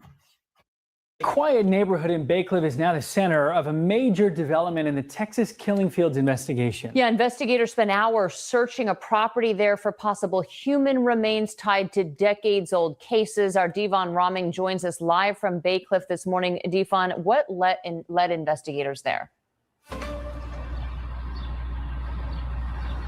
Well, investigators with the Galveston County Sheriff's Office tell us it was new information that led them here onto 18th Street, just about 4 houses down this way behind the Sheriff Command Center here, where you can see this area here of 18th Street is still blocked off after they began searching this home yesterday morning. Now, this search is happening at the home of 61-year-old James Elmore Jr. He was recently arrested and charged in the 1984 killing of 16-year-old Laura Miller.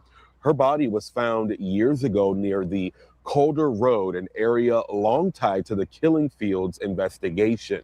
Now, authorities have several blocks around the home closed off as crews use ground-penetrating radar at the home as part of their search. Investigators are searching for the possible remains of 2 girls believed to be buried on the property, according to court documents. Now, Laura Miller's father, Tim Miller, the founder of Texas EquiSearch, says he befriended Elmore 4 years ago, and he says Elmore confessed he was with a man by the name of Clyde Hedrick the day he allegedly gave Laura drugs that killed her. He put this Western shirt over her, and that's that shirt that was found beside Laura's body.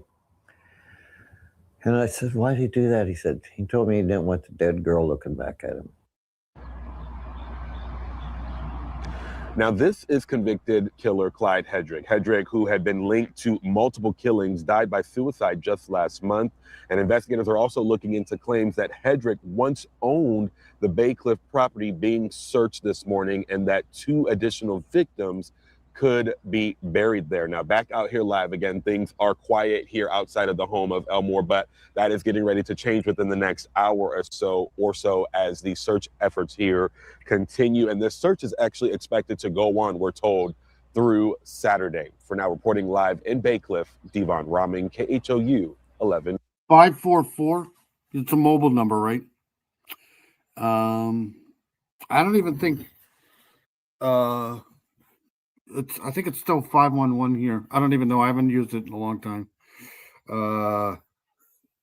Anyways, okay, let's play one more. Hold on 1 second. I'll play one more of these, and then we'll go on to the missing. And then let's try this one. Was done 1 day ago. Let's try this one here. All right, this afternoon, the investigation into the decades-long Texas killing fields cases continues. Investigators are focusing on a home in Bay Cliff, searching for what could be additional victims tied to the case. Devon Roming joins us from the corner of 18th Street and Avenue A in Bay Cliff with the latest. Well, investigators with the Galveston County Sheriff's Office have been out here for more than 24 hours now, going in and out of the home of James Elmore Jr., which is just down the street here. They've been collecting evidence they believe could be tied to the decades-long Texas killing fields murders. The search, now in its 2nd day, is centered around the home of 61-year-old James Elmore Jr., who was recently arrested and charged in the 1984 killing of 16-year-old Laura Miller. Her remains were found years ago near Calder Road, a site long associated with the Texas killing fields. Now, investigators are back at it, this time here in Bay Cliff, where multiple blocks are shut down as crews use ground penetration. Hold on 1 second. Let's give people a idea of where the hell we are. I'm gonna have to hobble to the closet and get a warmer blanket. You sound cold. Why are you so cold? Let's do this here. So this is Bay Cliff here. This is Texas here. I'm going to pan out first. So this is beautiful country here. This is Galveston Bay here. This is where they get literally, if anybody's ever been down here, Texas City, Galveston area here, this place at times can get, I think the last big storm here was Harvey. Was it Harvey? But this area here gets just obliterated when there's any type of tropical system that comes over here, because this You get the bays here. You got all these inlets here. These places can get literally destroyed. So here's let's go back down here. Anyways, let's hold on a second. I'll back out. So this is the Gulf of whatever you want to call it. There's Houston, Texas right there. So this is South Texas, Southeastern Texas anyways. So we'll kind of zoom in here. I mean, if anybody's been down here, this is heaven. These beaches here, whew, let's see here. Let's get some images here. I mean, look at this place. Look at this. This is just incredible. Love it. This is the Gulf here. So, yep. Oh, look. That would be my glass, the empty one. Let's see here. Look at the pier. This is fantastic.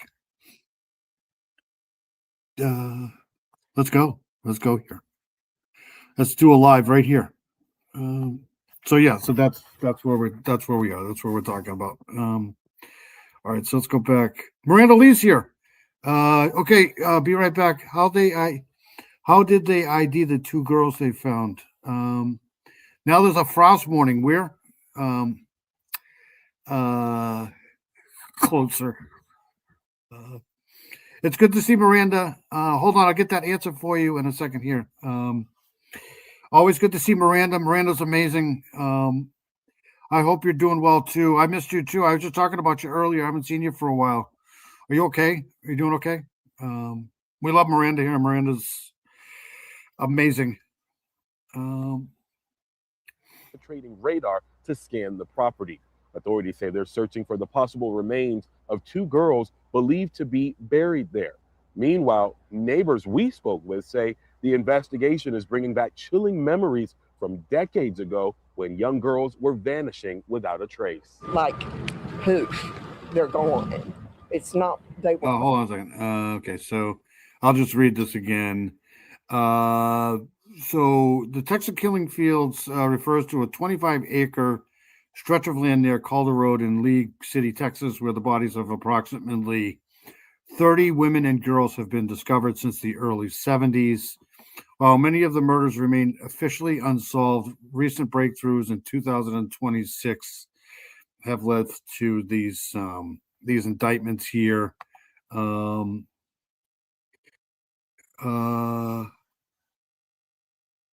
So they got Clyde Hendricks and James Elmore Jr. For these four, Heidi Fye, Laura Miller, Audrey Cook. The I-45 corridor has been linked to William Lewis Reese. We know that. Laura Smither, Kellyanne Cox, Jessica Kane. And didn't what's-his-face kind of say he had something to do with these two? And everybody knows now that he didn't. What the hell was his name? The famous guy there that confessed to like over 40 or more. Come to find out, he didn't have anything to do with them. So there's one. Oh, let me just bring you guys here instead of just reading this. Hold on a second here. What the hell was his name? Chuck would know his name. I always forget his name. The guy who like confessed to like thousands of murders and he had nothing to do with them. He was responsible for a few of them, but so there's the key victims and suspects here. So this is what I was just reading. Here's the victims here. Here's the suspects and convictions here. So there's 1, 2, 3, 4, 5, 6, 7, 8, 9 to 10 so far that they know about. Would you like more? Yes. The resolution of these cases is attributed to the relentless work of Tim Miller. He's awesome, founder of Texas Equisearch. Miller's, whose daughter Laura was found in the fields in 1986, met with Elmore dozens of times. And how were they ID'd? How was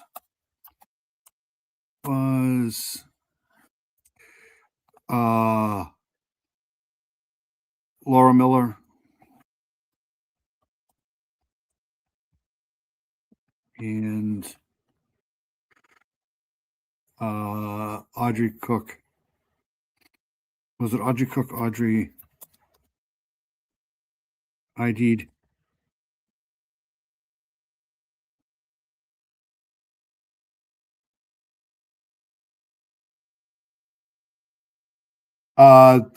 Laura Miller and Audrey Lee Cook were identified using different methods due to a 3-decade gap between their discoveries. Dental records for Laura Miller and genetic genealogy for Audrey Lee Cook. I think one of them was, there was another one that was identified by dental records too. All right, sorry. Let's get back to this here. Let me see here. We're going to do this. Right, yes. Finding their bodies. It was these young kids were disappearing. I wish to God that I could say that any of this is surprising. But That's the thing. Just 20 years ago, I think like 20 years ago, maybe even a little sooner than, like, they had no idea, they had no way to identify any of these victims. Like, it's one thing to find a body and remains, but if you don't have dental records or anything like that go through, or how do you identify the bodies, right? You gotta, because a lot of time they're just maybe skeletal remains, and if you're around a lot of wild animals, wild dogs, wild whatever, you may just find parts. It sucks, but forensics has come a long way. They can pretty much. We're going to go through that too with the hair from the Nancy Guthrie case soon too. So, but anyways, this is just and a lot of these victims' families are not alive anymore. It's tough to find families' victims because this goes all the way back to the early 70s here. All right, enough of my talking. Let's go here. it's not. The search is also raising new questions about a possible connection to this man, convicted killer Clyde Hedrick. Laura Miller's father says James Elmore told him he was with Hedrick the day Miller died after Hedrick allegedly gave her drugs. Hedrick, who had been linked to multiple killings, died by suicide just last month. And what's more interesting in all of this is that investigators are now looking into whether Hedrick once owned this property and passed it on to Elmore, and whether the remains of 2 additional victims could be buried here as the search of the property continues. So far, there's been no confirmation that any remains have been found, and investigators. Is he the guy that they were giving like all kinds of shit to, and he had confessed to like crimes he had nothing to do with, and they were giving him like lunches and cigarettes, and the family genetics have been incredible. Yes, for sure. It's is Doodles and Gray Doodlebug? Because if it is, I want to make sure I promote the channel here. Okay, thank you, Mustang. Investigators tell us this search could go well into Saturday. In Baycliff, Devon Roming, KHOU 11 News. There's so much going on with this case. Yvonne, we appreciate you tracking it off for us. All right, so this is the search for this. The EquiSearch founder Tim Miller, his daughter, Today, unfortunately, was one of these victims here. Just you got to feel for the guy. Just I'm okay. I knew some things were coming. Of course, over the years, I've been very, very frustrated over this. I've shared this before, and I'll share it again. okay. Sorry, I didn't mean to do that. Sorry. But if you have a channel, let me know because we can put it in here for you. Oh, you're welcome, Boston Christian. You're awesome. Thank you, Mustang, for that. I'm an idiot. I don't know. So, yeah. I think with everything that they had in the past, it's unexcusable that Clyde Hedrick had the opportunity to die without never being indicted, convicted on Laura, Heidi, Audrey, and Donna. But you know, it is what it is. I don't want to. I don't want to say one thing. All the work's been done. Is I don't want to say one thing to jeopardize this case at this time. This poor guy. This poor guy. I mean, literally, like this guy's been dealing with this, his daughter, for a long, long, long time. Not just to mention that he lost the daughter, he literally just lost his life. It's just these people that do stuff like this, they have no idea what they do. It's just, just you gotta feel for these people. Just do. But I will say, and it's been put out there, over the last 4 years, I spent minimum of 30 times with James Elmore. I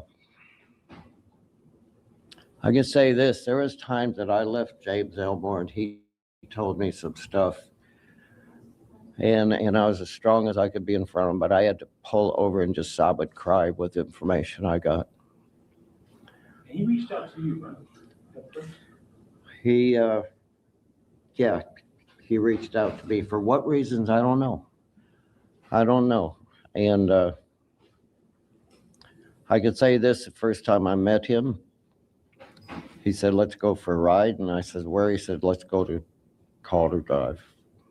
And that's where it started. And things just really moved forward from there. And I don't know. And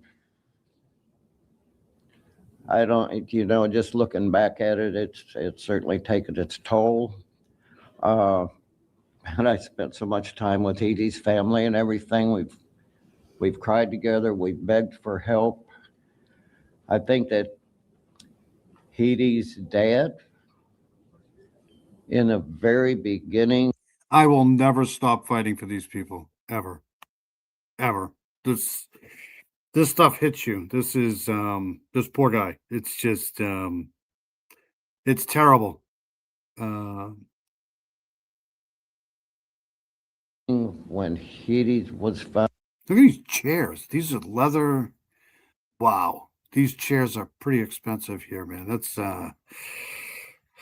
wow. And stuff. He had 32 cassette tapes, 1 hour on each side, 64 hours where he talked into it, in a diary that he wrote in, and he literally begged them, detectives, please talk to him, please talk to him. They went. Laura Miller's name, or Clyde Hedrick's name, was in his diary before Laura Miller disappeared. How are you feeling about that? Because Well, certainly there's a lot of mixed emotions, and this is bittersweet. The fact that my grandfather had a beat on Clyde Hedrick back in 1984. If he had been 1984. Huh.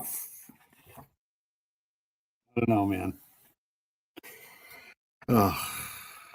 listened to by the current detectives at the League City Police at that time, these other girls would have lived a long life instead of the two monsters that murdered all of them.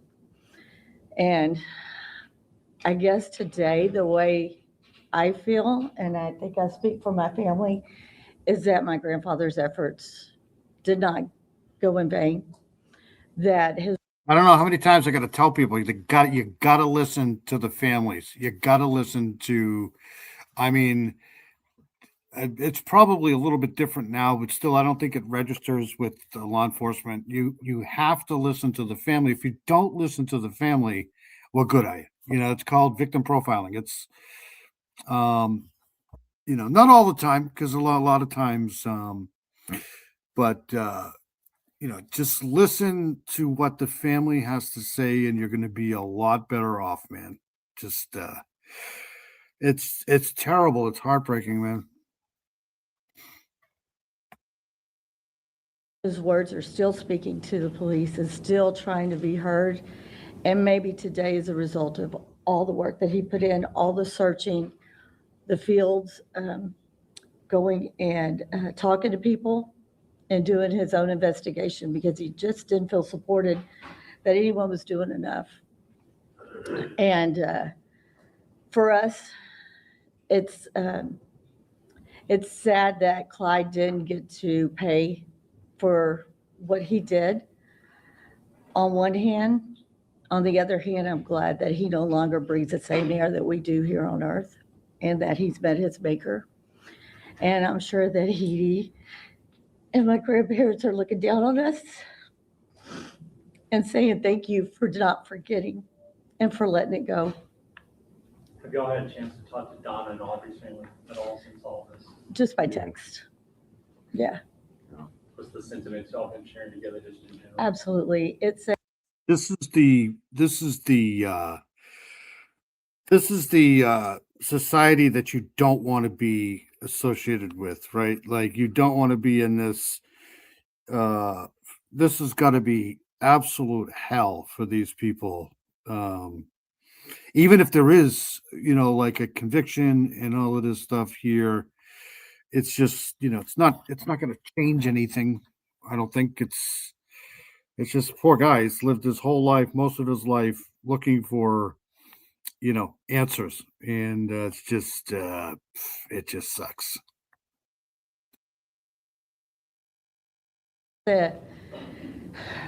it's a club you really don't want to be a part of, but you got to support each other.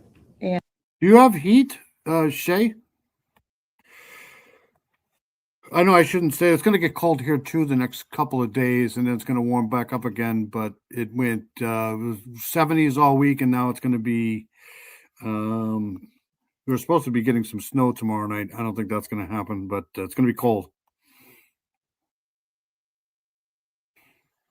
And, of course, thank God for Tim's platform, that he could keep this in front of everybody and have the opportunities that the other victims' families didn't have because of the work that he does, and we're very grateful for today. No. Thank you, Tim. I've said this 1,000 times. I'll just say it one more time. But, when I built that cross out there where Laura's body was found, and I'd walk up to it years and years and years ago, and I'd say, Laura, please don't hate your daddy, but I can't come out here anymore. I have to say goodbye. And literally, people, I'd be walking away and hear that little voice say, Dad, don't quit. Please don't quit. And I didn't know what. Oh my God, that makes you want to cry. That's the saddest thing I probably have ever heard in my life. That's just, hell that meant. I think I do now. I don't want to slam. It's Leader Joe. Good to see Leader Joe. Always good to see Carolyn here.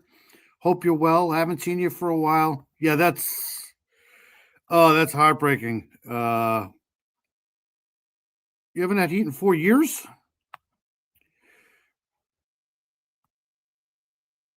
Oh, that sucks. Oh, always good to see Carolyn here for sure. I miss Tracy too, and I miss Dirty Diana. I don't know what Dirty Diana is. Apparently, people just don't like me anymore. That sucks. Just kidding. I don't know. Here we go. I under anybody in this, but the information, the things that I worked on and everything before, and I think Heidie's family can testify to this also. The law enforcement back in that, they didn't want any of us talking together. None of us, period, the end.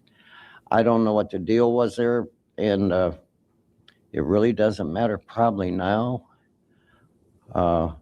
That police department made me miserable. That police department made me the main suspect. That police department wanted Tim. Unbelievable. It's just, I I mean, you can't blame them either, I guess, for that, because, you know, they're always going to have to look into that stuff, right? Because of statistics and, but I've been following this case for a while. I don't know exactly how long. Not on here, but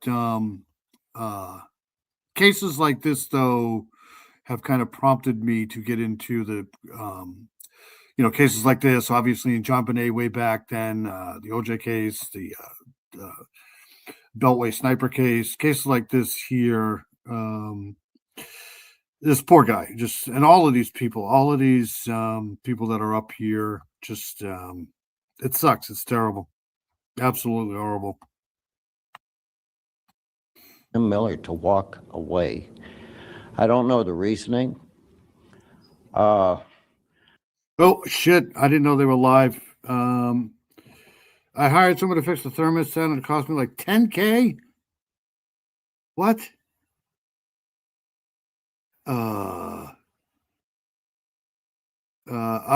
Sorry about butting into Dee. Peggy O is awesome. Dee's awesome. Those men are monsters and freaks. Absolutely. One of them's dead now. But this guy here has been through, you can just imagine, If they would have listened to Heaty's dad, if they would have listened to me, and if anybody thinks Audrey Cook, Laura Miller, Donna Perdone, Heaty Phi, Ellen Beeson, if anybody thinks that is the only 5 people Clyde Hedrick murdered, you're all living in a delusional damn world, because there's more to come, and I can guarantee you that. We're working with some detectives now also, and I anticipate a couple of these cases. I think we're getting some information, and I think we're going to find a couple more bodies.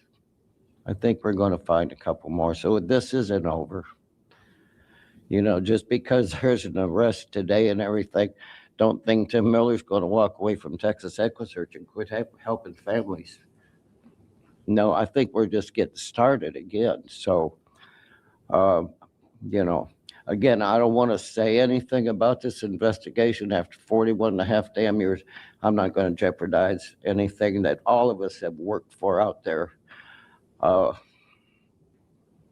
We got other girls to find. We got other girls to find. We got closure to bring more families, and we're not going to quit, people. All these yellow shirts out here are the people that believe in what we do, and it's only because of our girls that were found out there. This is just absolutely heartbreaking. This tears you a new one, man. This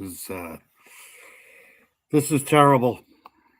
We made a promise that God and Lord would never leave a family alone. We're not going to break that damn promise. We got work to do, people. Thanks for y'all's support over the years. And it's been this guy's been through hell. This guy here, all of these families. We're going to get into more cases here pretty soon too. But this here, you know, it's just absolutely horrible what these families have to go through. Because, you know, believe it or not, you know, the victim themselves, they're gone. Their problems are over, right? It's the family that's left to pick up the pieces and try to get some answers, because a lot of times, like this guy here, I mean, I'm pretty sure law enforcement's trying to help, but, you know, a lot of times these cases are solved with the perseverance of the families, and hats off to them, man. Hats off to this guy. He's a hero, this guy, literally. a long road. It's been a long road. I just want to say, on behalf of my family, how much we appreciate the new district attorney, Kate, the assistant district attorney, Attorney Poole, and Detective Corey Wilson. We appreciate everything you guys have been doing for the last 2 years. And even though we weren't aware of everything, obviously your efforts have come to light. And you know, I think I'm not here to, you know, uh, praise police or law enforcement or give shots at them. A lot of times there's just like, the Nancy Guthrie case, there's only so much you can do. I mean, if, a city like Galveston, Texas, there's a lot of crime that goes on there, man. It's, after 2 or 3 weeks, 4 weeks, if there's no leads or no avenues to go down it, you got to shelf it. There's other crimes that happen. Unfortunately, I'm pretty sure most of the time they do the best they can. And if you're a family member, obviously you're not going to think that they're doing everything they possibly can do. I mean, that's just human nature, right? So a lot of these people like this guy here, they go out on their own and they get their own, he probably had the means to do that.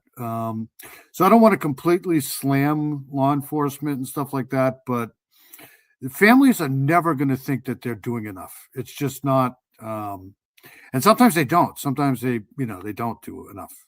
But yes, he did, and they did. They did do that for sure.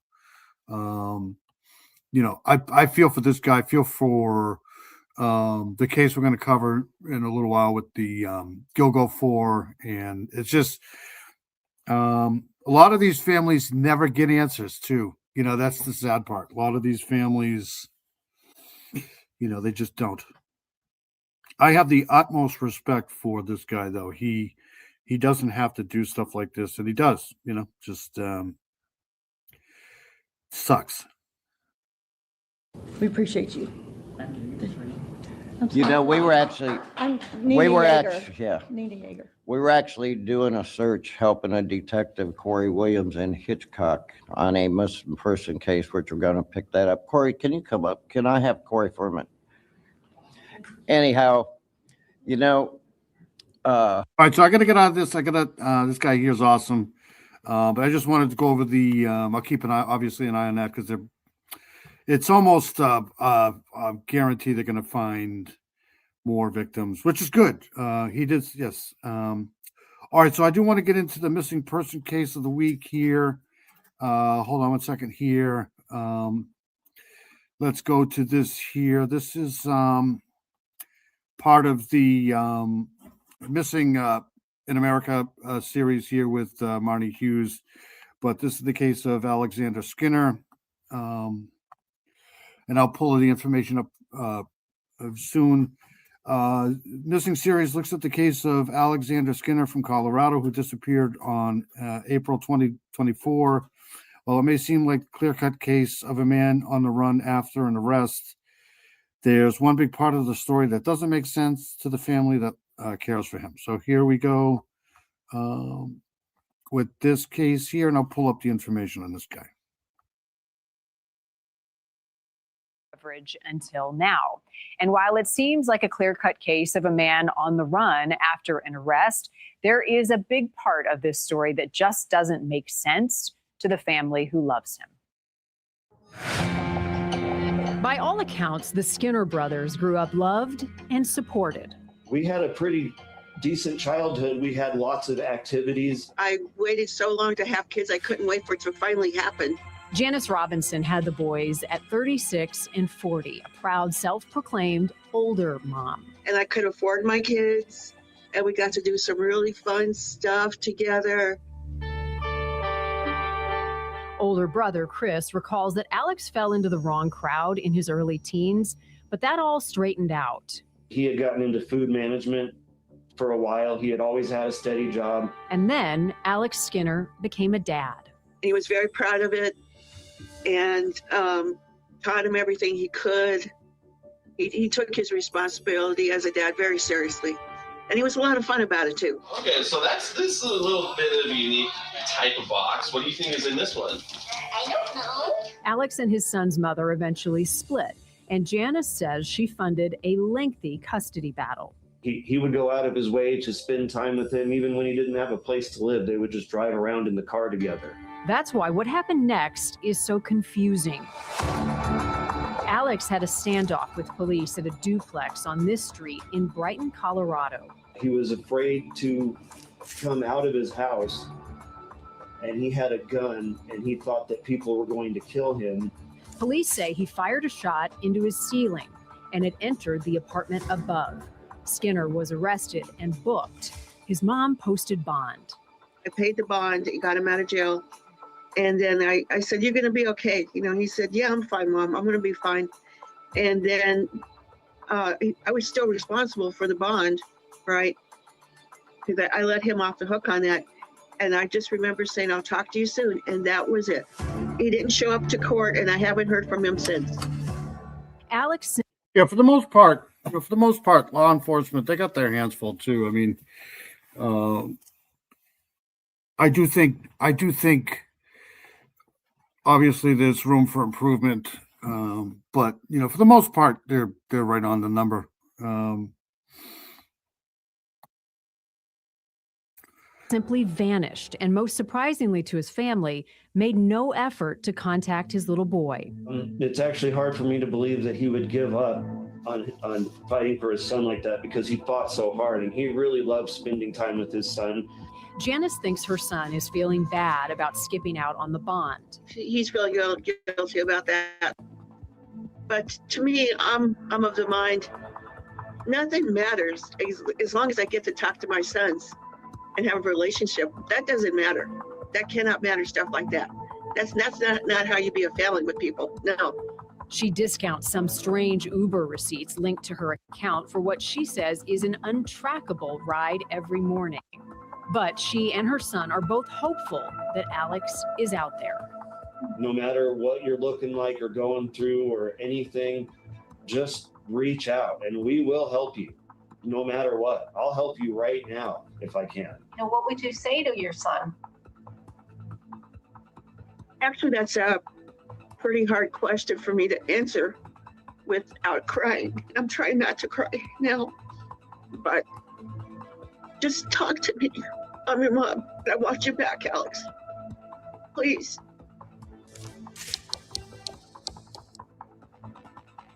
The Brighton Police Department confirms it has an active missing persons case for Alex with no updates to provide at this time. And despite being missing for 2 years now this month, law enforcement has not added his name to the National Federal Database of the missing. Anyone. Yeah, it's that Lori Daybell. You just wish she could just go away. Sadly, you probably can't contact them because of bounty hunting. Exactly. Yeah, I feel bad for all of these people. There's not a ton of information on this here. I just went to the Facebook page.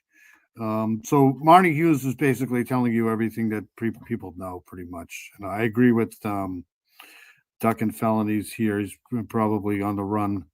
Or he could be dead. Who knows?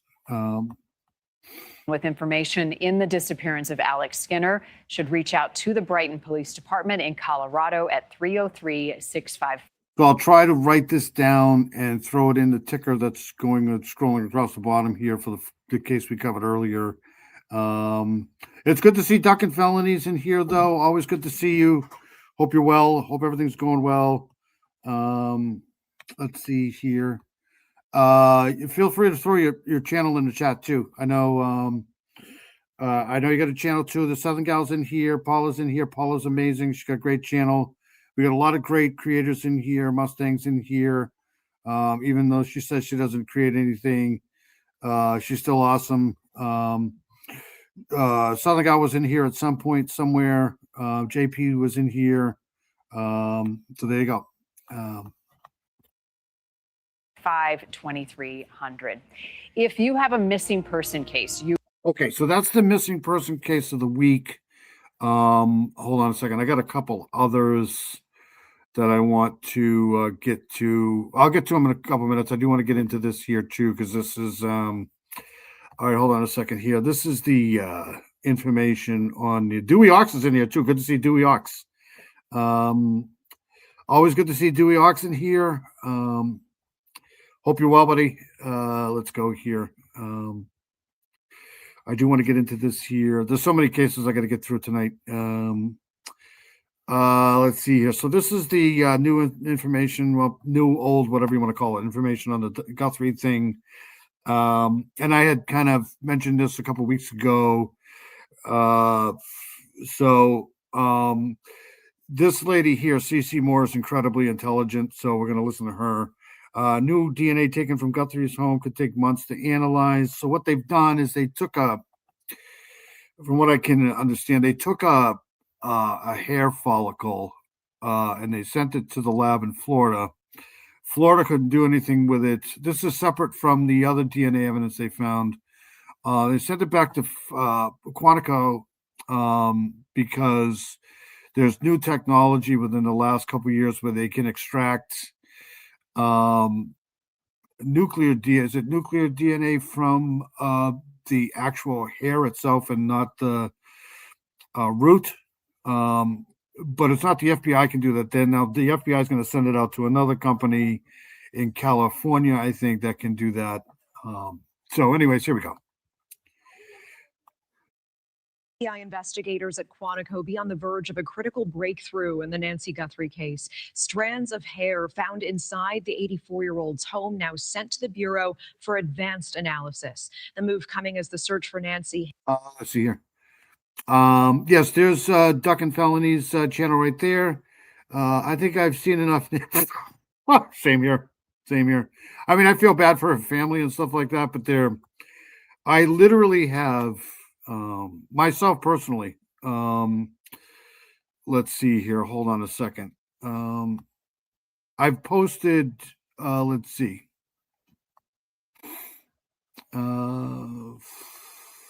I have posted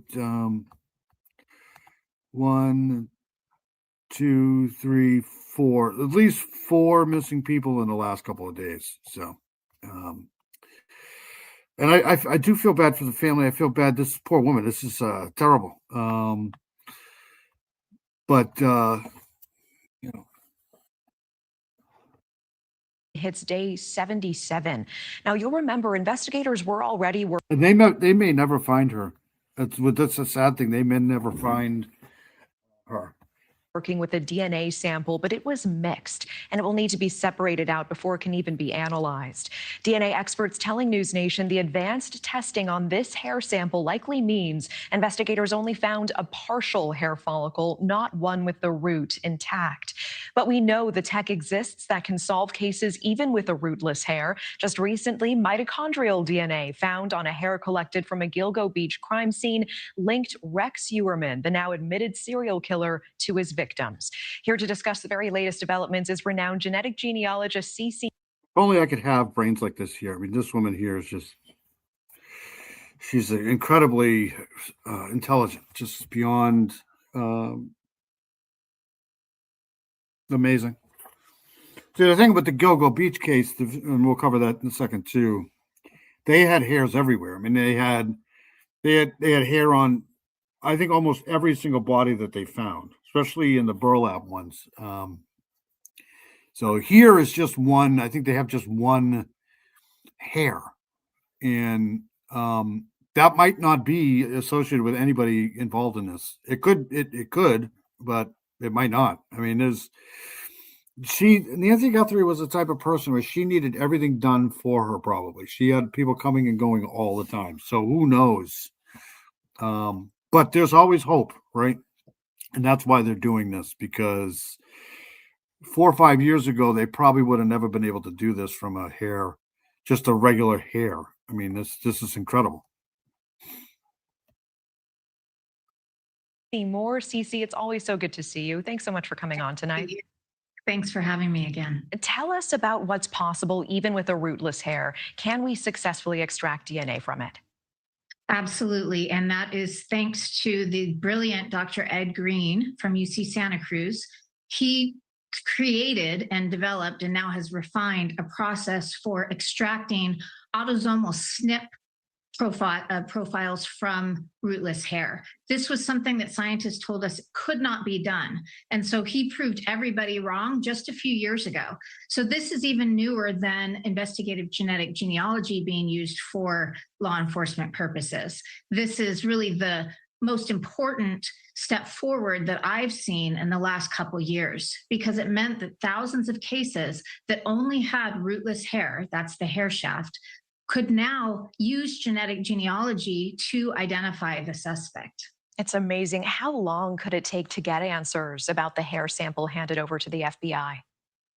Well, I am imagining that the FBI is first looking at that to determine whether it could be consistent with Nancy's hair or any of the family members or known individuals who had been in that home. If not, I am assuming that they will forward that on to Estrella Forensics, and the processing will begin at that point. It can take months. In my experience with them, I've already helped law enforcement solve 6 cases using rootless hair alone. And so I know it can be done. My guess is that because this is not a cold case yet, and most of the cases are where we're using rootless hair, that they will push this to the top of the priority list and get it done more quickly. But it's impossible to predict just how long, because sometimes the first 1 or 2 tries are not successful. I've seen cases where they had to try 3 different times before they were able to extract that SNP profile. Is this the biggest hope that we have right now to solve this case? You know, it's hard to predict since we don't really know what's going on in the inside, but based on what we know at the moment, this is what I'm most hopeful about, because it will be a single source DNA profile as opposed to the complex mixture that they've been trying to work with. But the question is it the suspect's hair? Is it the person who kidnapped Nancy? We won't know that until it's been processed and identified. Yeah, I really appreciate that. With the time we have, I want to talk about the role that DNA played in solving the Gilgo Beach murders. Talk to us a little bit about that. Rex Uerman, confessing to an 8th murder last week. He was first identified as the suspect, and DNA and hair DNA really cracked this case. Tell us more about that. Yes, and the FBI used Estrella Forensics for that case as well. It's very interesting because 9 strands of rootless hair were found on the burlap sack, on the belt, and on the tape on 6 to 7 of the victims. And this hair was traced back to Rex Uerman himself, his wife, and his... I do think that they do need to be a little bit careful with this type of DNA too, because it's easy to lose hair. I mean, I lose hair, not just hair on the top of my head, but hair everywhere. It's so easy to transfer hair. And, like I said, with the Rex Uerman case, there was hairs on almost all of the bodies. So that's a little bit different than just one hair. I mean, Nancy Guthrie probably had everything delivered to her. So there's multiple people coming in and out of the house all the time. She probably road share a lot, right? So I'm not saying it's not impossible for it to be somebody connected to this case, but, you can transfer hair just being in a car with somebody and then getting out of that car, going into public transportation and, dragging it home on your clothes, and that person had nothing to do with the crime, but yet there's a hair on. It's just so I think they got to be careful with this stuff. His daughter, and they've talked about mitochondrial DNA, but actually they used whole genome sequencing, meaning autosomal SNP DNA, to make those identifications. I believe that may be one of the reasons he. In the Richard Allen case, they didn't even test the female hair that was found on them. So yeah, I think I agree. They need to retest. But again, hair transfer is so easy to do. I mean, it's, that's the kind of DNA like spit and, sweat. It's really hard to find that stuff at a crime scene because that stuff could be anywhere. And unfortunately, you can't DNA test the entire crime scene. So you got to pick places where you send or where your investigators think, okay, there could be DNA on this. But hair is easy to find, right? Hair, well, I'm not saying it's easy to find, but it's also easy to transfer. You could literally be in a laundromat doing clothes, and hair could transfer over from the dryers or from the carts or from the, now you're responsible for a murder, really? I don't know. They need to be a little careful of this stuff here. And if you don't have an alibi, you're pretty much guilty. You're going to the chamber, man. You know what I mean? Like, decided to finally confess. Wow. And I mean, people talk a lot about the DNA found on the pizza crust that was thrown in the trash, but you do a really good job educating us in terms of what actually solved this. It was the hair DNA first, and then they had to go out and confirm that with the DNA found on the pizza crust to determine it was a match. Is that how that worked? Yes, that's exactly right. They were. This testing is new. This is what they were fighting in the Colbert, not Colbert case, but the Rex Heuermann case, and the defense attorney for Rex Heuermann was trying to fight this because not every state allows this sort of DNA testing into the trial, but the defense lost that a battle in the Rex Heuermann case. And that's probably one of the reasons why he pled guilty, because, I mean, you got several hairs found on each victim. Like, you're going to lose, man. It's not going to work. Were very quiet about what they were doing at first because New York is very strict about what is allowed in court. And so I believe they were doing that autosomal SNP analysis and genetic genealogy behind the scenes when they were just talking about the mitochondrial DNA. And I believe that that is exactly what happened. There was a Fry hearing back in late 2025, which is a hearing where the judge gets to decide. Very shortly, we're going to go over the Karen Vergata thing. So give me a few minutes. I just wanted to touch base on the Nancy Guthrie case because, anytime there's a bit of news, which is good, hopefully, but we'll see. We'll see what happens, because I don't think they have a lot. I think this is a shot in the dark, but who knows? It's definitely a little bit more important than the glove that they found, because that glove could have been anybody's glove. I mean, the FBI was dropping gloves too all over the place out there. So we'll see what happens. Decide whether that evidence can be used or not. And whole genome sequencing like this had never been accepted in a New York court. So it was a huge precedent when the judge allowed it. Thank goodness. That's exactly what I'm talking about. This is a tough case, this Nancy Guthrie thing, and I've covered, I'm not saying I'm good or anything. I'm just saying I've covered cases. I'm pretty sure Southern Gal's covered cases too, where, missing this thousands and thousands of missing persons cases all over the place every single day. It's sad. It sucks. But this is a little bit different too, because there's no body and there's no murder weapon. This might not even be a murder. We don't know. Nobody knows anything in this case. So it's so when there's no hair shaft, then this SNP won't work. So autosomal SNP, the new forensics, can save them. Yes, and there's only one lab that I know that can do that, and that's the one that Cece's talking about, which is in California. So, and I think to go through the channels to get that to the lab in California, they have to go through. It literally has to be sent from Florida to Quantico, then out to instead of going from Florida right to the California lab, for some reason it's got to go to the FBI first and then out to, which is weird. Goodness, right? Thank goodness that judge allowed that evidence to come forward. Look how big this guy is. I cannot get over how big this guy is. Look at how big he is. And this guy was bullied. Could you imagine that? I know one of his friends in school said that he was bullied, and he was 6 feet already, 6 feet and like 180 pounds, and he was being bullied. Can you imagine that? Thank goodness, right? Thank goodness that judge allowed that evidence to come forward. And very quickly, Cece, before, I know you said you were confident genetic genealogy would eventually solve the Nancy Guthrie case. So many people losing hope. We're 77 days in. Do you still believe that?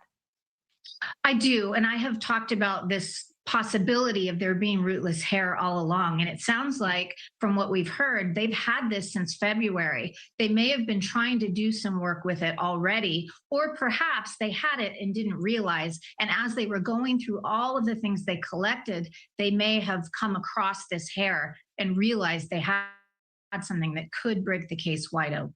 Cece Moore, wonderful to have you on tonight. Thank you so much. All right. That's the end of that. I mean, it's tough because, you never know. It's a good, I mean, it's good news, right? I guess, but, I don't know. I do want to play this too here. I did want to play this here because I want to go over this here. Hold on one second. So let's get to this. I would never stop searching for.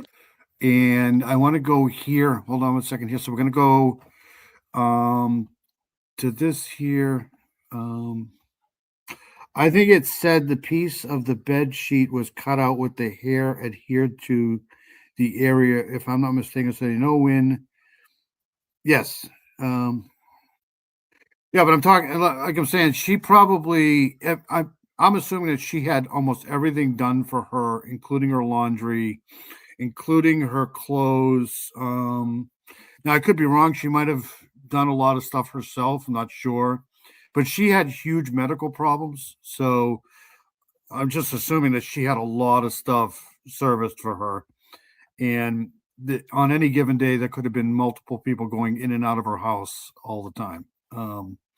But you gotta hope. You gotta hope something gets done because it's sad that she's gone. This just sucks. It reminds me of my mother. My mom. What was I just doing? I was just doing this Karen Vergata thing. Okay, so last week we did Sandra Castillo, who was the first victim back in 1993. So this is Karen Vergata. Now, Karen Vergata was found in two different places, and I got that on a map, which I'm going to show you in a second. But anyways, she's technically the 8th victim because I think they tried to get a grand jury convened for her. But they were unsuccessful doing that. But Rex Heumann just flatly admitted to this one, which helps them out quite a bit. But Karen Vergata, she was born November 4th, 1961. She's technically known as the Fire Island Jane Doe. February 14th, 1996, she was a victim of serial killer Rex Heumann. Her legs were discovered in 1996 on Fire Island, and her skull was located in a different area where Peaches was basically discovered. While unidentified, she was known as Fire Island Jane Doe. She was publicly identified, so she wasn't technically identified as Karen Vergata until last year. Remember, we went over that here in one of the lives because they were out and they had the big press conference, and through Othram Labs, they found out who she was. And that was true. I'm pretty sure that was true. Genetic genealogy. She was publicly identified, and Rex Heumann basically admitted to the responsibility for her. He's not going to get prosecuted for her, though. They've lumped it all into kind of one. Characteristics: red toenail polish, 3.5-inch scar on the lateral middle part of her lower right leg. And that's her imagery here. Remember, we had this picture here. And I have, hold on a second, I have this. I still have this up, I think. Let me see if I can. Okay, so let's get out of here. I'm doing every victim. Last week we did Carolita makes me think of Lita Ford. Lita Ford was awesome, yes. Hold on a second here. So I'm starting to map this out here for the victims. So here's Sandra Castillo here. She was, we did her last week. That was 1993. On the map here, that's where she was found here, off of Old Fish Cove Road, and I can pull that up if you wanted me to. So that's victim number one, and now we got Karen Vergata here, which was found here. Her legs were found here, or her limbs were found on Fire Island, and then her head, skull was found. Skull and her teeth, I think, were found here on Tobay Beach. So all along this. So I'm starting my map. These are the two victims here, but you're going to notice that some of these victims, these parts are found in different areas, because at the beginning he was just kind of like scattering parts here. All right, so let's go to this here. Hold on a second here. I want to do this here.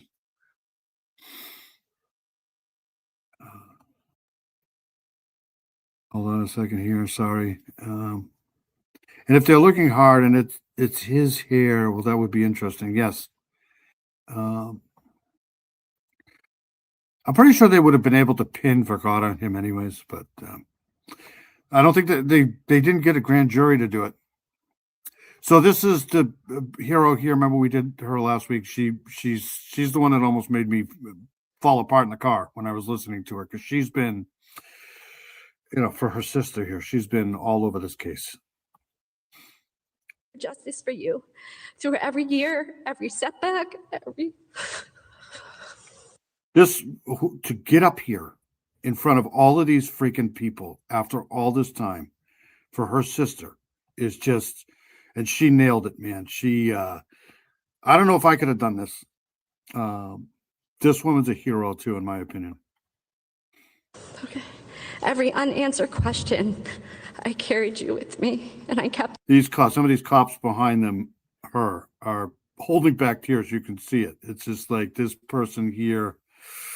All right, I'll stop. Sorry. That promise, and today it has been done. Justice has finally found its way to you. Your voice was never silenced, your story never forgotten, and your life will always be more than the tragedy that took you. It was a powerful moment from a family member after a major breakthrough in a case that haunted Long Island for decades. Rex Heuermann pleading guilty to murdering 7 women and admitted to an 8th victim in court. Prosecutors say he confessed to strangling all 8 and dismembered some of them. He confessed before we got into court, then he did it in public. And this as the victims' families watched on, some in tears. I spoke with Joe Giacalone, a retired NYPD sergeant, about whether new cases could emerge based on DNA. Take a listen. A lot of people don't understand that New York State doesn't follow. These two people right here, this lady here, Joe Giacalone, is incredible. He's such a great guy. Him and I watched them a lot, especially on this case here. Joe Zimmerman. Is it Joe Zeman? I forget his name. But they've been following this case forever. She's amazing. She actually went out to Fire Island, to the exact location of where they found Karen Vergata. Oh, the Supreme Court decisions about you could take it up upon arrest and use it as you wish. But New York State does things differently. But, we might find out he's attached to other cases. The entire conversation with Joe about the DNA. Vargas. They're looking into Vargas, and I sent, going back to the case we covered earlier tonight with the DA in Massachusetts, I sent her another email on looking into this guy here for another case I'm going to be talking about in a little bit. But there's Karen Vergata right there. So this is a timeline here for. So if you go 1993, if he started in 1993, he would have been 30, 32. Don't get me on the math. So 32, that's a little old to be starting. So he could have had others before this. He would have been 32, and most serious SKers start at around 26, 28, but you never know. And then 3 years to Karen Vergata, right? And then another 4 years, 3 or 4 years for Valerie Mack, and then he just took off. Right, he went crazy. 2003, all the way to 2007. Can you believe this? There's that much of a gap there. Really, I don't.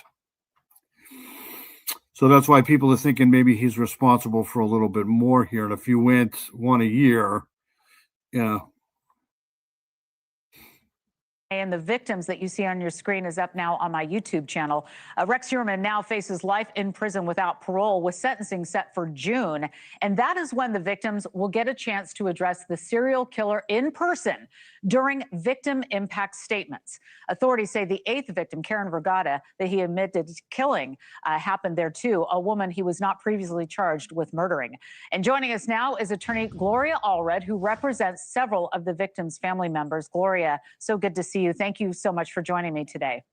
Thank you for inviting me. Yeah, so, okay, you and I were both in court for this big moment when Rex Heuermann admitted to the murders. It was emotional. It was devastating to hear the words after all these years of waiting. I could see you down the row from me. Tell me what that moment meant for the families that you represent. We could hear them, some of them, tearing up in court, obviously to hear him say it out loud for the first time.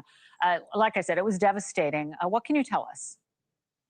Well, I can tell you that I did prepare our victims' families for that moment. But even though they knew that it was coming, 99.9% coming, it's still hard to hear it. I mean, these families, many of them have been going through this for almost 2 decades. And to hear that he finally said it was very meaningful to them. Each and every one of them were glad that there was not going to be a trial, and instead that he would confess, admit to each and every crime by the victim's name. And even though it was very difficult to hear, that he would say the manner of death, which was strangulation for all of them. He thought that he had the perfect blueprint for serial murder, but he didn't understand that these victims were loved by their families and friends. And there's no way that they were going to let the fact that they went missing and ultimately turned up, sometimes their bodies were in body parts in different places, but they weren't going to let the voices of those victims be silent. They became the voices of their sister, their mother, their aunt, their daughter. They did all of that and more. And even the district attorney, or especially the district attorney, gave credit to the family members who refused to stop speaking out, and carried the voice and the photos and the love that they had felt from their loved one for so many years with them. And so that was very important result that they earned that day. They did, and you're right. The Suffolk County District Attorney Ray Tierney speaking out along with you and the victims' family members at a presser after the plea. I'm wondering, Gloria, because it's not over yet. I was just at an event this weekend. People say, oh, it's over now, right? We're going to move on. No, I mean, we've got victim impact statements, more to come on that. How are you preparing your clients for the victim impact statements? How long do they get? Are they going to stand up in court? Do they get to look at him directly and get close? Well, that's a good point, and I have inquired about the length of time. I don't have the answer yet, but I have inquired about the length of time that they will have. Ordinarily, the victim impact statements are as long as they want them to be, or as short as they want them to be.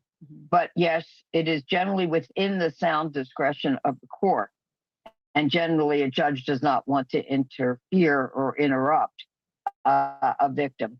They have been waiting a long time for what's going to happen on June 17th. That's the sentencing. Yep.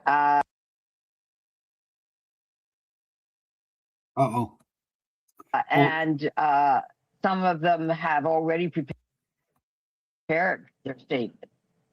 Many of them, it's going to be difficult because they have to come to terms with the loss and how that loss occurred, what he did to them and their friends and their families. So it's going to be painful for them to have to reach into that deepest place in their heart that was filled with love and grief. And I have a theory to why he didn't want to go through the trial. I think he has a serious issue when it comes to being bullied, and he would have had to sit in that courtroom for because it has nothing to do with the victims. I don't think I mean, that's a long shot in my opinion, but he's such a pansy, literally. I mean, he doesn't want to be bullied in the courtroom, so he decided that he wanted to. And look, he's going to be able to sit with his feet up and talk to investigators or profilers for the FBI and tell his story. And he's not going to have to face the families, face the ridicule, face any of that stuff, and be able to tell his story and wallow in it, just like all the other guys did in the past. I mean, he's such a dick, a douche. He's just terrible human being. anger about the loss and try to talk about how that's impacted them, and it's broken their bond, but it has then a new bond has been created with their loved. These 1, 2, 3, 4, 5, 6, 7, 8. I mean, it's just absolutely horrible. One who was lost, and so they're going to go through a lot of pain, but I know they're going to give very powerful statements. Yeah, and when we were taking a look at the victims there on the screen, it's just remarkable how many women, and you're right, each one has a family who missed them, who loved them, who looked for them, and then the ripple effect of the friends and the family and the neighbors and the children. There's so much to go on. There's no way you can tell me that he went from, 1993 to 1996 with just these two victims. There's just no way. And I know they say that some of these guys go through some sort of a cooling off period. I mean, that's what they said about BTK and stuff like that. But I mean, it might not be. I don't know. I have no clue. But I don't think that it's only going to be 8. It's just to me, that's just wishful thinking. But we'll see. I don't know what to tell you. They're all such tender. They are. They're crybabies and scared and but they have no problem unaliving other people brutally. I mean, it's just this guy is such a douchebag. These poor kids, all of them. On this, and I've got to ask you about this one civil lawsuit that was filed against Rex Heuermann by a different attorney, John Ray, and his now ex-wife and daughter in this long-running case for wrongful death. Now, I'm curious, with your representation of so many of the victims' families, are we going to be seeing more lawsuits here? No, that's going to be up to the family members who are the members of the victims' families. Okay. It's going to be up to them. But, I really don't want to engage in second guessing any other attorneys and what they decide. Sure. But, I know that definitely they'll receive recommendations from me, but then it's up to them. Okay. Well, there's still more to go. And lastly, before I let you go, I only have about 30 seconds. We know that once he is sentenced, as Joe Jackalone was mentioning, the DNA goes into code. He can still change his mind, though. He can still change his mind, I think, right up until sentencing. And I don't think it's going to work, but he can change his mind. And it's the good news is once he does get sentenced, which I don't know why it's all the way in July, that they should have set a whole. I think in New York they have to do some sort of an investigation into things. I don't know what it is. I heard a lawyer talking about that. I think it was Bob. Our favorite Bob guy there from Defense Diaries. But but once he's sentenced, now they can give the DNA up, and that's going to be important. He gets to live his life and brag about his crazy. Exactly. That's exactly what he's going to do. I think they will do the impact statements at the sentencing. I think, I'm not sure. Yes, I agree with that 100%. I think that they should be inept of that. But who knows? Maybe the profiles will learn something. I doubt it, but you never know. CODIS. And that's when, because you can't trust these guys either. I mean, even when you ask them questions, even when they're being, forthcoming, I don't trust everything Ted Bundy said. I didn't trust everything that BTK said. I mean, you can only trust so much from those guys too. So if they can learn anything at all, it'd be a miracle, literally. But who knows? many of us are curious what happens. Did he only kill the 8? Are there more victims? And we won't know in this respect for CODIS until his DNA goes in. Do you think that there could be more victims? I know it's hard to speculate, but I know that you've got your ear to the ground on this, Gloria. I will say that's very possible. And I had someone else contact me who is looking to be interviewed by the FBI or the police. And in terms of what she alleges happened with her and Rex Herman and her concern about other victims. So we'll see. Thank you for watching. Subscribe below and download our news. I know that one, I guess you can call her a victim, or the one person that had a date with this guy apparently at a restaurant, she would have been a victim for sure. That's just my opinion. But she was, she kind of felt the vibe really quick when he mentioned that he was into true crime and he asked her about the Gilgo Beach, because this case here, the Gilgo 4, was a huge case, but it wasn't that national until about 3 or 4 years ago. It was kind of like you had the Rifkin guy in New York who was responsible for, I think it was like 14 or 15 different women. And then you had Bithrop. So Bithrop was apparently accused of being a suspect in one of these crimes. But they found out his DNA wasn't anywhere near that. So, all right, so let's move on. I do want to move on to this here too, because this is the case that I've been working on for, I don't know, 15, 20 years or so. But it's kind of, let's see here. Bedford Highway. No, okay, so did I X out of it? I did. Okay, so let's go here. Hold on one second here. So I wanted to play this here. This is the case of the New Bedford serial killings here. Families of victims say the decision to order DNA testing could uncover new leads. So they've got to go ahead. So Jill Pavia remembers her mother, Nancy, as the fun mom. She did blueberry picking, strawberry picking. So Pavia also became addicted to drugs, but her daughter said that wasn't her life. So she was one of the victims. Her mother was one of the victims here in this SK here. And hold on, I'll play this here. I think. I try to carry on her traditions, but I miss her being there, because I can only imagine what it would be like now with her having grandchildren and great-grandchildren. Nancy Paiva was last seen leaving a New Bedford bar in the summer of 1988. Her body was found off Interstate 195 in Dartmouth. It was horrible. I was 17, a young mother, which is bad enough, but then not having my mom. Okay, so hold on one second here. I must have X'd out of it by accident here. Okay, so all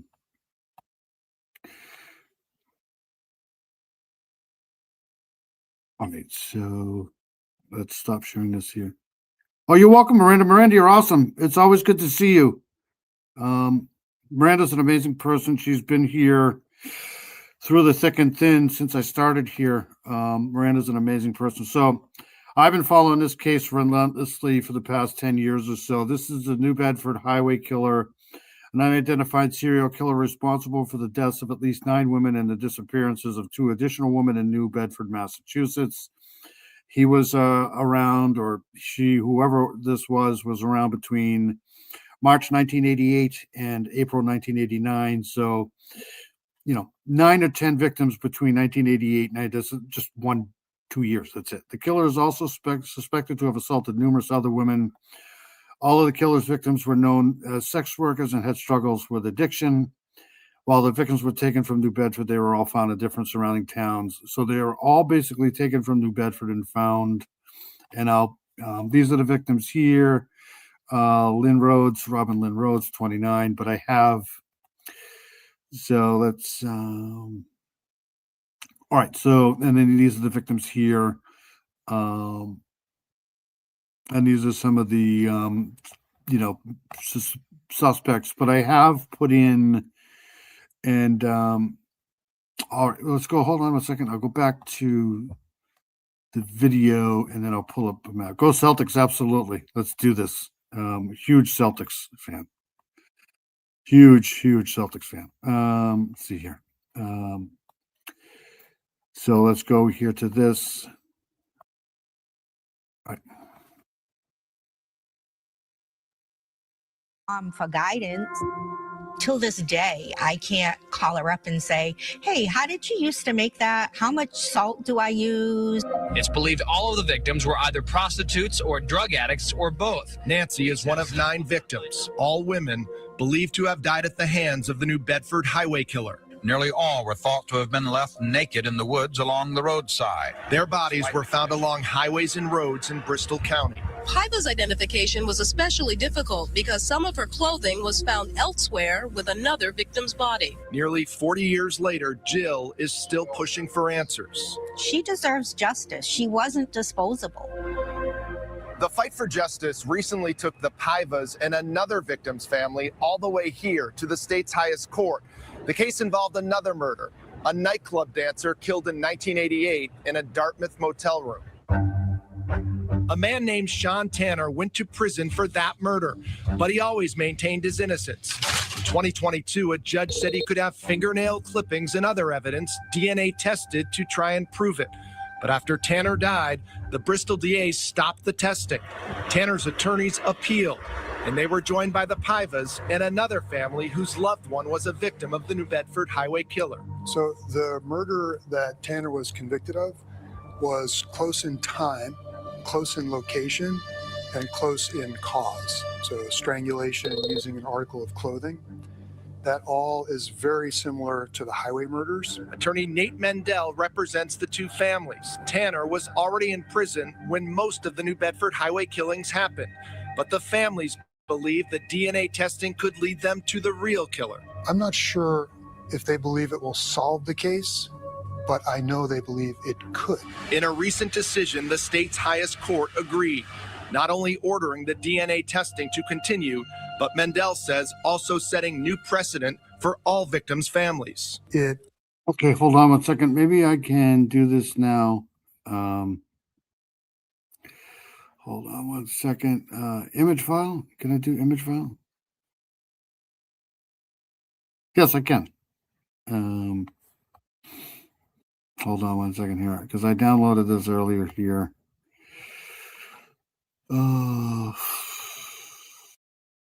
Hold on 2 seconds. Downloads.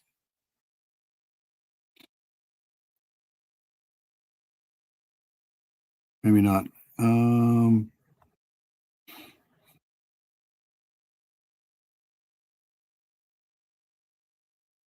Hold on one second here. Can I do this? No, I can't do that. All right, so I'll have to go here.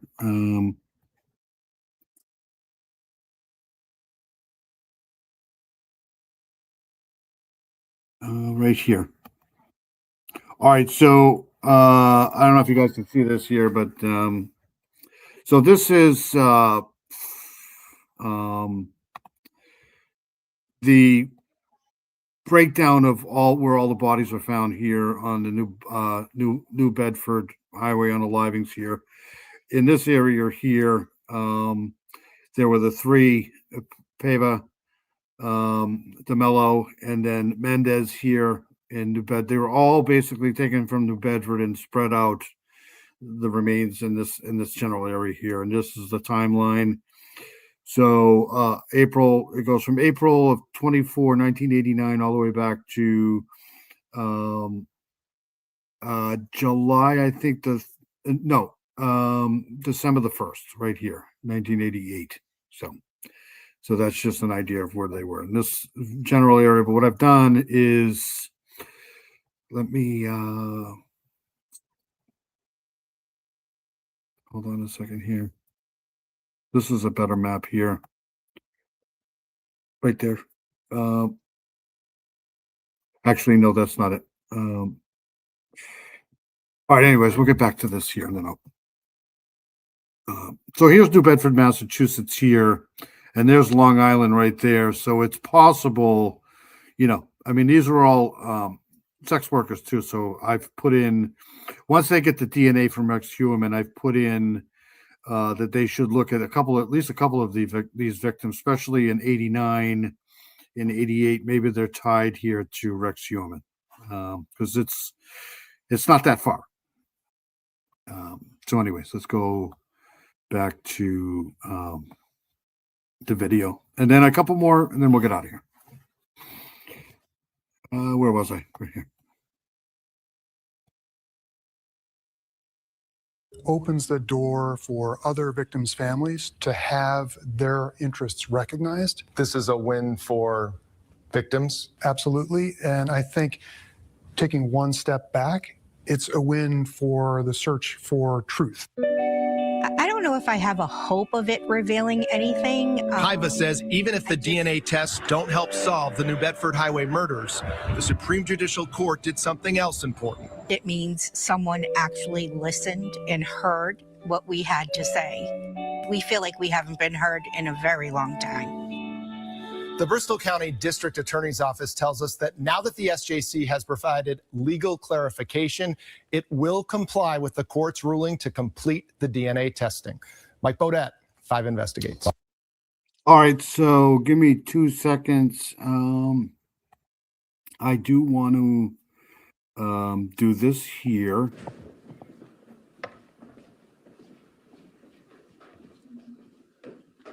Good evening. I am joined this evening.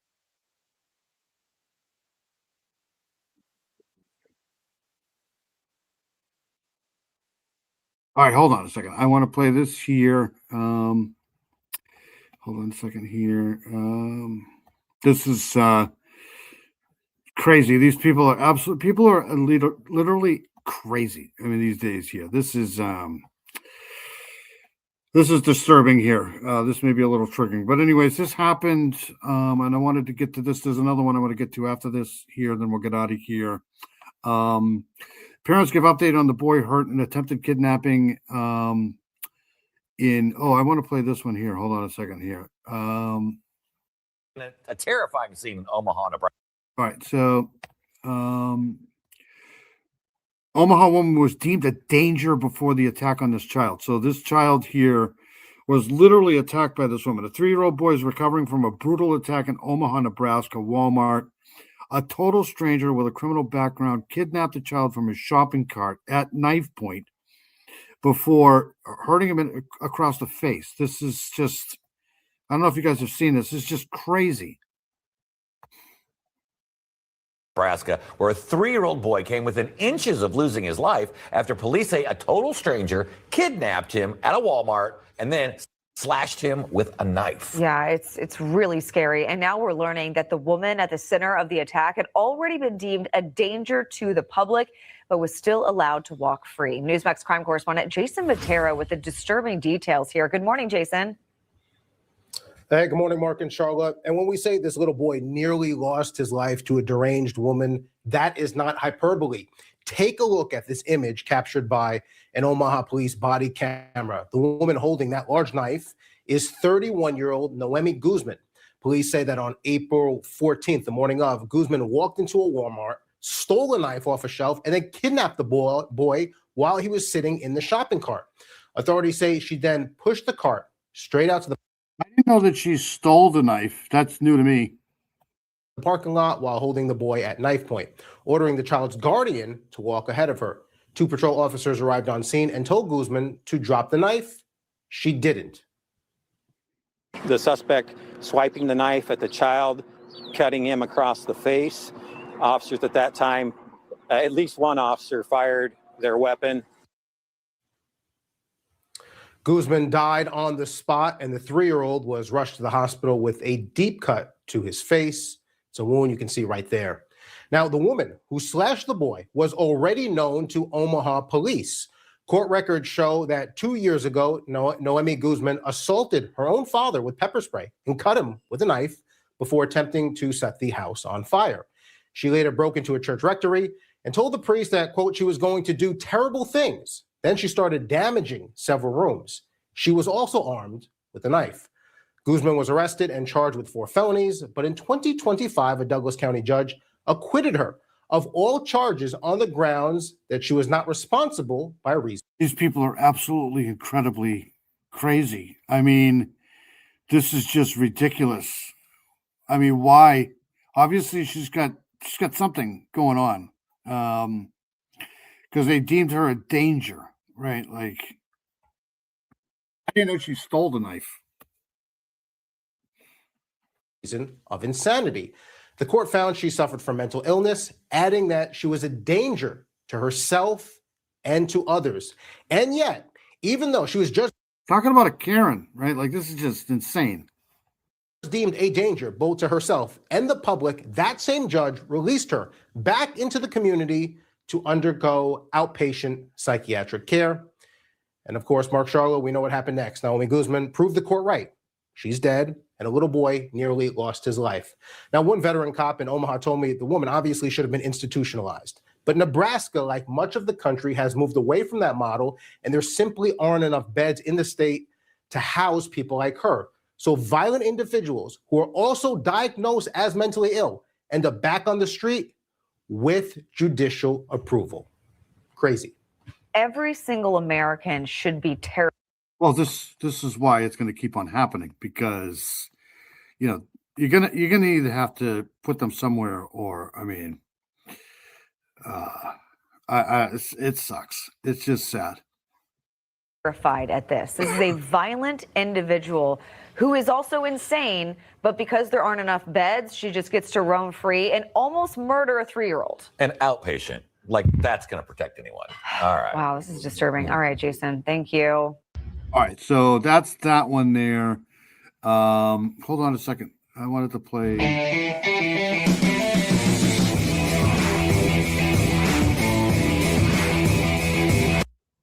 Hold on a second here. Let me get to the end because I wanted to play. Nope, it's not gonna. Okay, so maybe it's over here. Nope, it's not over there. All right, so let me play this one first. Maybe we'll get back to that. Hold on a second here, because this is another one here. This is terrifying too. This guy's another hero. Yep, female version of Michael Myers for sure. No, you're not going outside, so go lie down. Let's do this one here. So this happened in, this was in Detroit, I think, or Hamtramck. I don't know how to pronounce that. If anybody's from Michigan, let me know what that Hamtramck or whatever. So anyways, this woman here, this girl, a 16-year-old girl is saved after being abducted at gunpoint while walking to her school bus stop in Hamtramck. Thanks to the quick actions of the Detroit gas station clerk, she was able to get released. So this is what people have nightmares about every day. And his split-second decision turned a terrifying kidnapping into a high-stakes rescue. A 16-year-old girl was ambushed by an armed man and forced into a car near Edwin and Brombach in Hamtramck this morning. It ended with an arrest caught on body cam video at a Detroit. That's a good point right there. Release a weed dealer to make room for this lady. Absolutely. It's just insane.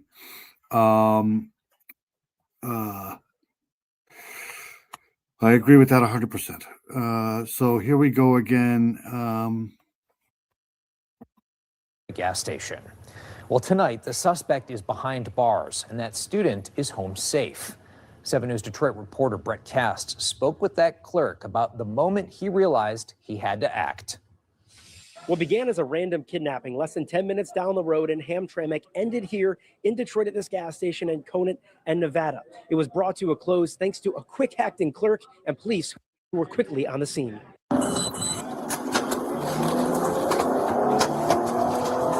As Hamtramck police officers urgently raced to find an armed man accused of kidnapping a teen girl. Okay, thank you, whoever did that. That was Gretchen. Thank you, Gretchen. It's Hamtramck. Thank you. I was way off. Next time, how are you doing, brother? I'm good, I'm good. Cashier Abdul Rahman Abu Haytham was hard at work. There you go. Having no idea the crucial role he was about to play. For sure, for sure. It was around 7:30 a.m. Abu Haytham was working at the Sunoco gas station at the corner of Nevada and Conant when a man walked in the store with a young girl and asked for cigarettes, then wanted the girl to pay for them. When he asked her to pay for the cigarette, I said, stop, there's something wrong.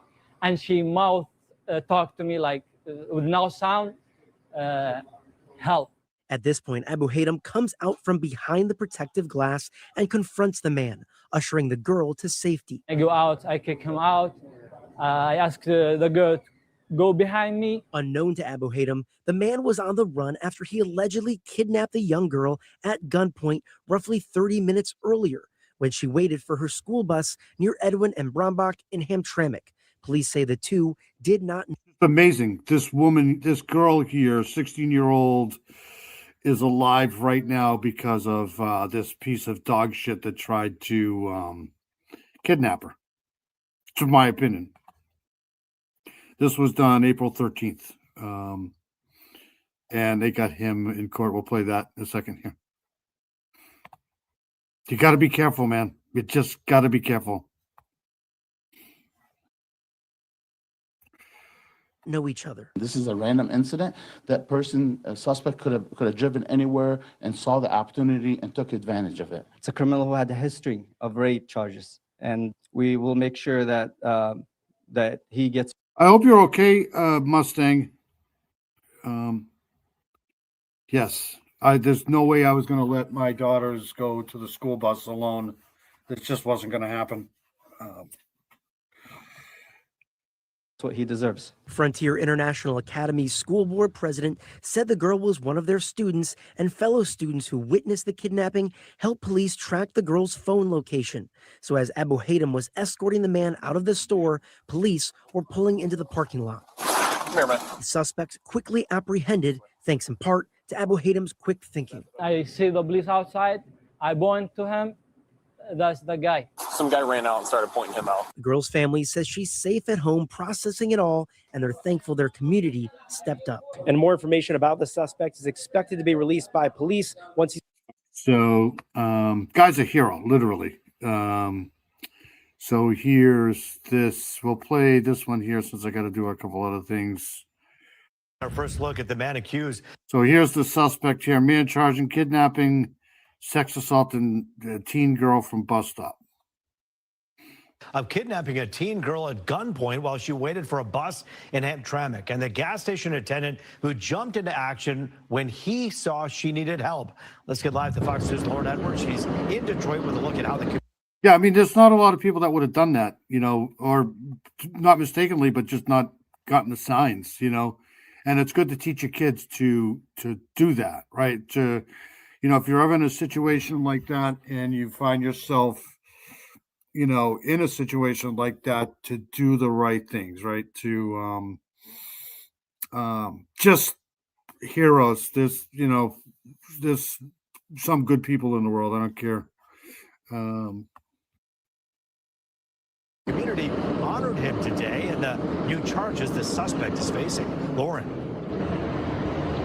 Roop, I can tell you that police made a huge arrest here in Detroit stemming from that alleged abduction. But let's get into what was said in court before he heard a little bit about his fate.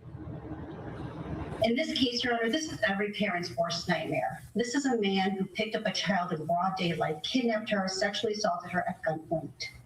I think he is a danger to the community. He's a danger to children everywhere, and he cannot. This guy should never, ever, ever, ever be allowed on the streets again. Ever. Period. Be in the community. His last contact with the criminal justice system was over 20 years ago. So for those reasons, Judge, we would respectfully ask the court to impose a cash bond of the GPS tether. What? And he was given no bond. This is 48-year-old Donald Fields in court for his arraignment, officially charged with criminal sexual conduct, first degree, and kidnapping, among others. According to the Wayne County Prosecutor's Office, on April 13th at 7 in the morning, a 16-year-old girl, they say, was waiting. He brought her into the store so she could pay for the stuff. I mean, what an idiot. For a bus when a man walked up to her and allegedly put something in her back and forced her into his van. Prosecutors say the suspect then drove away with the child, and the student called 911. Police went to the area of Edwin and Brombeck Streets where it happened, and then went to her school, Frontier International Academy, where several students used their phones to track her location. It's alleged that the suspect had a handgun and sexually assaulted her in the van. Investigators say Fields then went to the gas station on Conan Street in Detroit. That's when the teen signaled to the cashier that she was in danger. The cashier helped her, and then he left, but not before running into police outside. The suspect, that is, he was quickly arrested. Today, that cashier was honored for his help and quick thinking. I'm grateful to be there at the right time, at the right place, and I'm glad the girl is okay. Anybody ever see the movie Hero with who was that? That was thank you, Paula, for doing that. Paula's great. Was that Dustin Hoffman that was in Hero?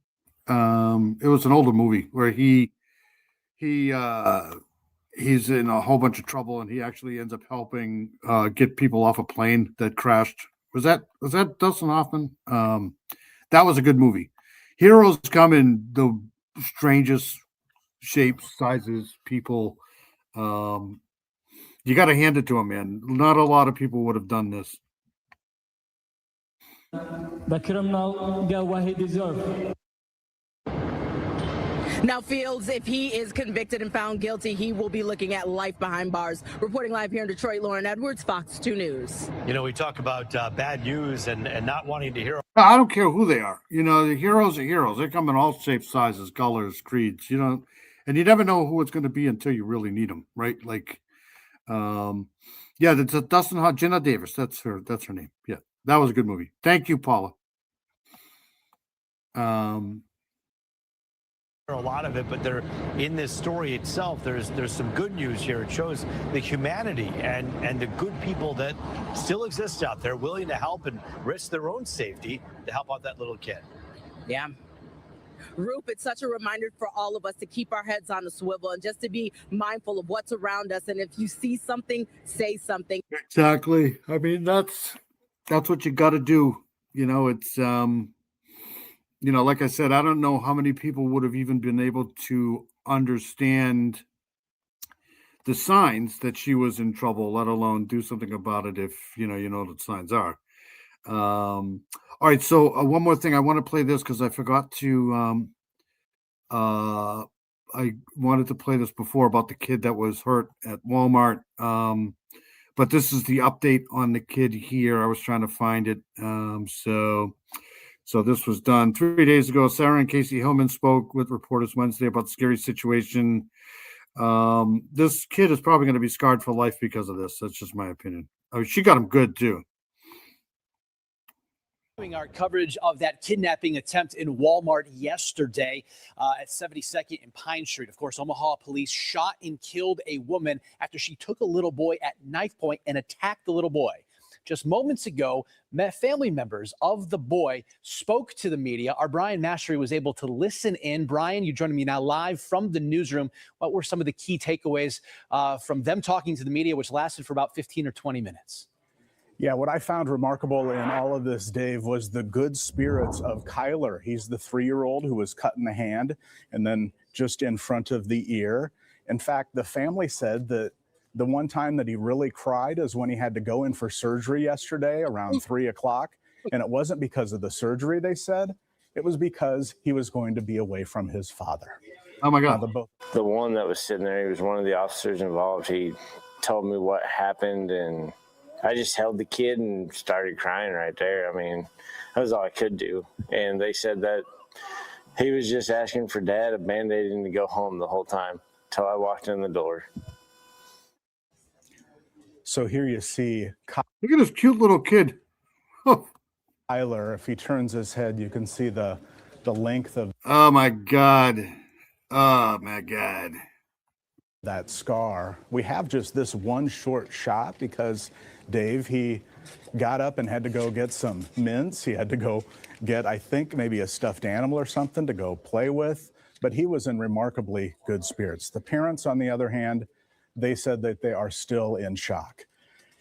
And get this, mom was in Lincoln when she got the call. So she had that hour drive coming back, freaking out exactly what happened and all of that. And then when the dad got there, there were 7 to 10 officers at the room wearing all their tactical gear. And he said that the little boy had been pretty calm that entire time. That's freaking amazing. Brian, were they able to shed any other details about what happened inside of the Walmart? Anything new?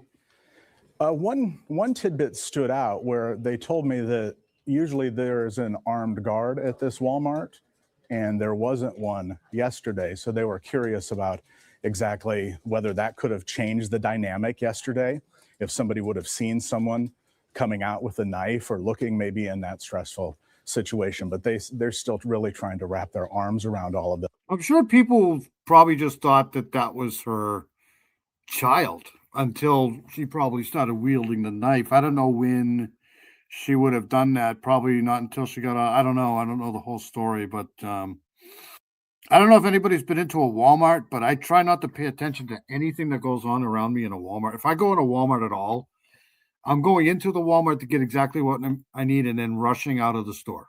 I'm not waiting around in Walmart for because if you stay there too long, some shit's bound to go down. But they still said that they know that this could have turned out where they didn't have Kyler anymore. And so good night, Paula. I'm almost out of here too. Yes, the child is fine. Just that little scratch there. And I think he got they got to her before she could really do. It was close though. they have him. And so that's what they're focusing on now. Yeah, they certainly do. We love you, Paula. Paula's amazing. Have a great week. Stay safe, Paula. I'll be getting out of here in about 10 seconds. Those dramatic images released by OPD last night. Can only imagine what that family continues to go through. We do want to point out they do have a GoFundMe page. They have already raised $15,000 in the last 24 hours. Obviously, that's going to continue to go higher. We have a link for that at firstalert6.com. And we'll have continuing coverage of the news conference. Our Andrew Pfeiffer was there in person. Ron Johnson also listening in. Much more of what the family had to say coming up at the top of the. All right. So just wanted to play that. Another good story there. Well, not a good story, but at least he's okay. Yeah, for sure. All right, so I'm going to get the hell out of here. You guys have been awesome. You guys are great. I appreciate you guys coming by every week. I know how hard it is to stay up until this hour of the morning listening to me. Mustang, you're awesome. Thank you so much for everything that you do, putting everybody's channels in here. Always good to see you here. Paula, you're amazing. If you're still here, thank you so much for coming in. Always great to see you. Boston Christian, always good to see you too. Boston Christian's amazing. I've known Boston Christian for a while here. Duck and Felonies, thank you so much for coming in. Always good for always good to see your input here for sure. Let's see here. We got Miranda Lee was in here. Miranda Lee's amazing. I think Miranda Lee was probably one of my first subs. Miranda Lee is, I hope you're doing well, Miranda. Let's see here. We got, I know that Heather was here. Heather's amazing. Dewey Ox is here. Heather's probably the nicest person on the planet, literally. Dewey Ox, thank you for coming in. We love Heather here. It's always good to see Dewey Ox in here. Unindicted co-conspirator was in here too. I know that. Becky was in here. I hope Gretchen, you things go better for you here. I'm gonna try to link that GoFundMe in the description, or my community post somewhere. But I hope things go better for you soon. JP was in here. JP is amazing. Check his channel out. He's a great musician. Always got great insight. Let's see here. I know that Carol was in here. Leader Joe was in here. It was always good to see Carol. Southern Gal was in there. Southern Gal is amazing. She's got a great channel. She's such an awesome person. She does great work. Great on the missing case. Missing all the time. She's just she's very talented. She means what she does. She's awesome. Let's see here. I know I'm gonna forget people here, or not forget people, but I'm gonna miss people here because I can't scroll all. Shay Watson was in here. I hope you're getting warmer too. And whoever in here is dealing with shit, I hope things get better for you. So Doodles and Gray was in here. Sorry about the misconception that you were Doodle Bug. I know that PJ was in here. PJ is amazing. She got a great channel. PJ does great work too. People have differences in opinions, and I have absolutely no problem with opinions. Opinions are what makes the world go around. If everybody had the same opinions, we probably wouldn't be able to live with each other. Like I said, Dino was in here. Dino's amazing. I hope Shibby's doing well. Shibby's amazing too. Check out Shibby, Peggy. Peggy O is freaking incredible. Dee Dee's great too. I hope Dee Dee's well. I know they weren't in here, but great people. Everybody that watches on the replay, I really appreciate it because I know a lot of people do. I hope Charlotte's well. I haven't seen Charlotte around for a while. But if I miss your name, I apologize for not calling. Cindy Lean was in here. Cindy Lean's amazing. Farq. Farq is amazing too. It's always good to see Farq in here. It's always good to see Cindy Lean. Thank you very much. And if I miss anybody again, I truly apologize because I can't scroll all the way back up to the top of the chat. All right, so I'm going to get out of here. Everybody, whatever you guys do, don't die. Southern Gal is amazing. Yes, absolutely. Everybody have a great and safe week. Take care of yourselves. It's not easy these days here. And again, I appreciate all your support. You guys are amazing in here. You guys are truly amazing. I appreciate you guys all the time. All right, I'm gonna let's see here. What am I doing? What the hell am I doing here? All right, I'm gonna play my outro and get out of here. You guys have a great week. Thank you very much. Take care.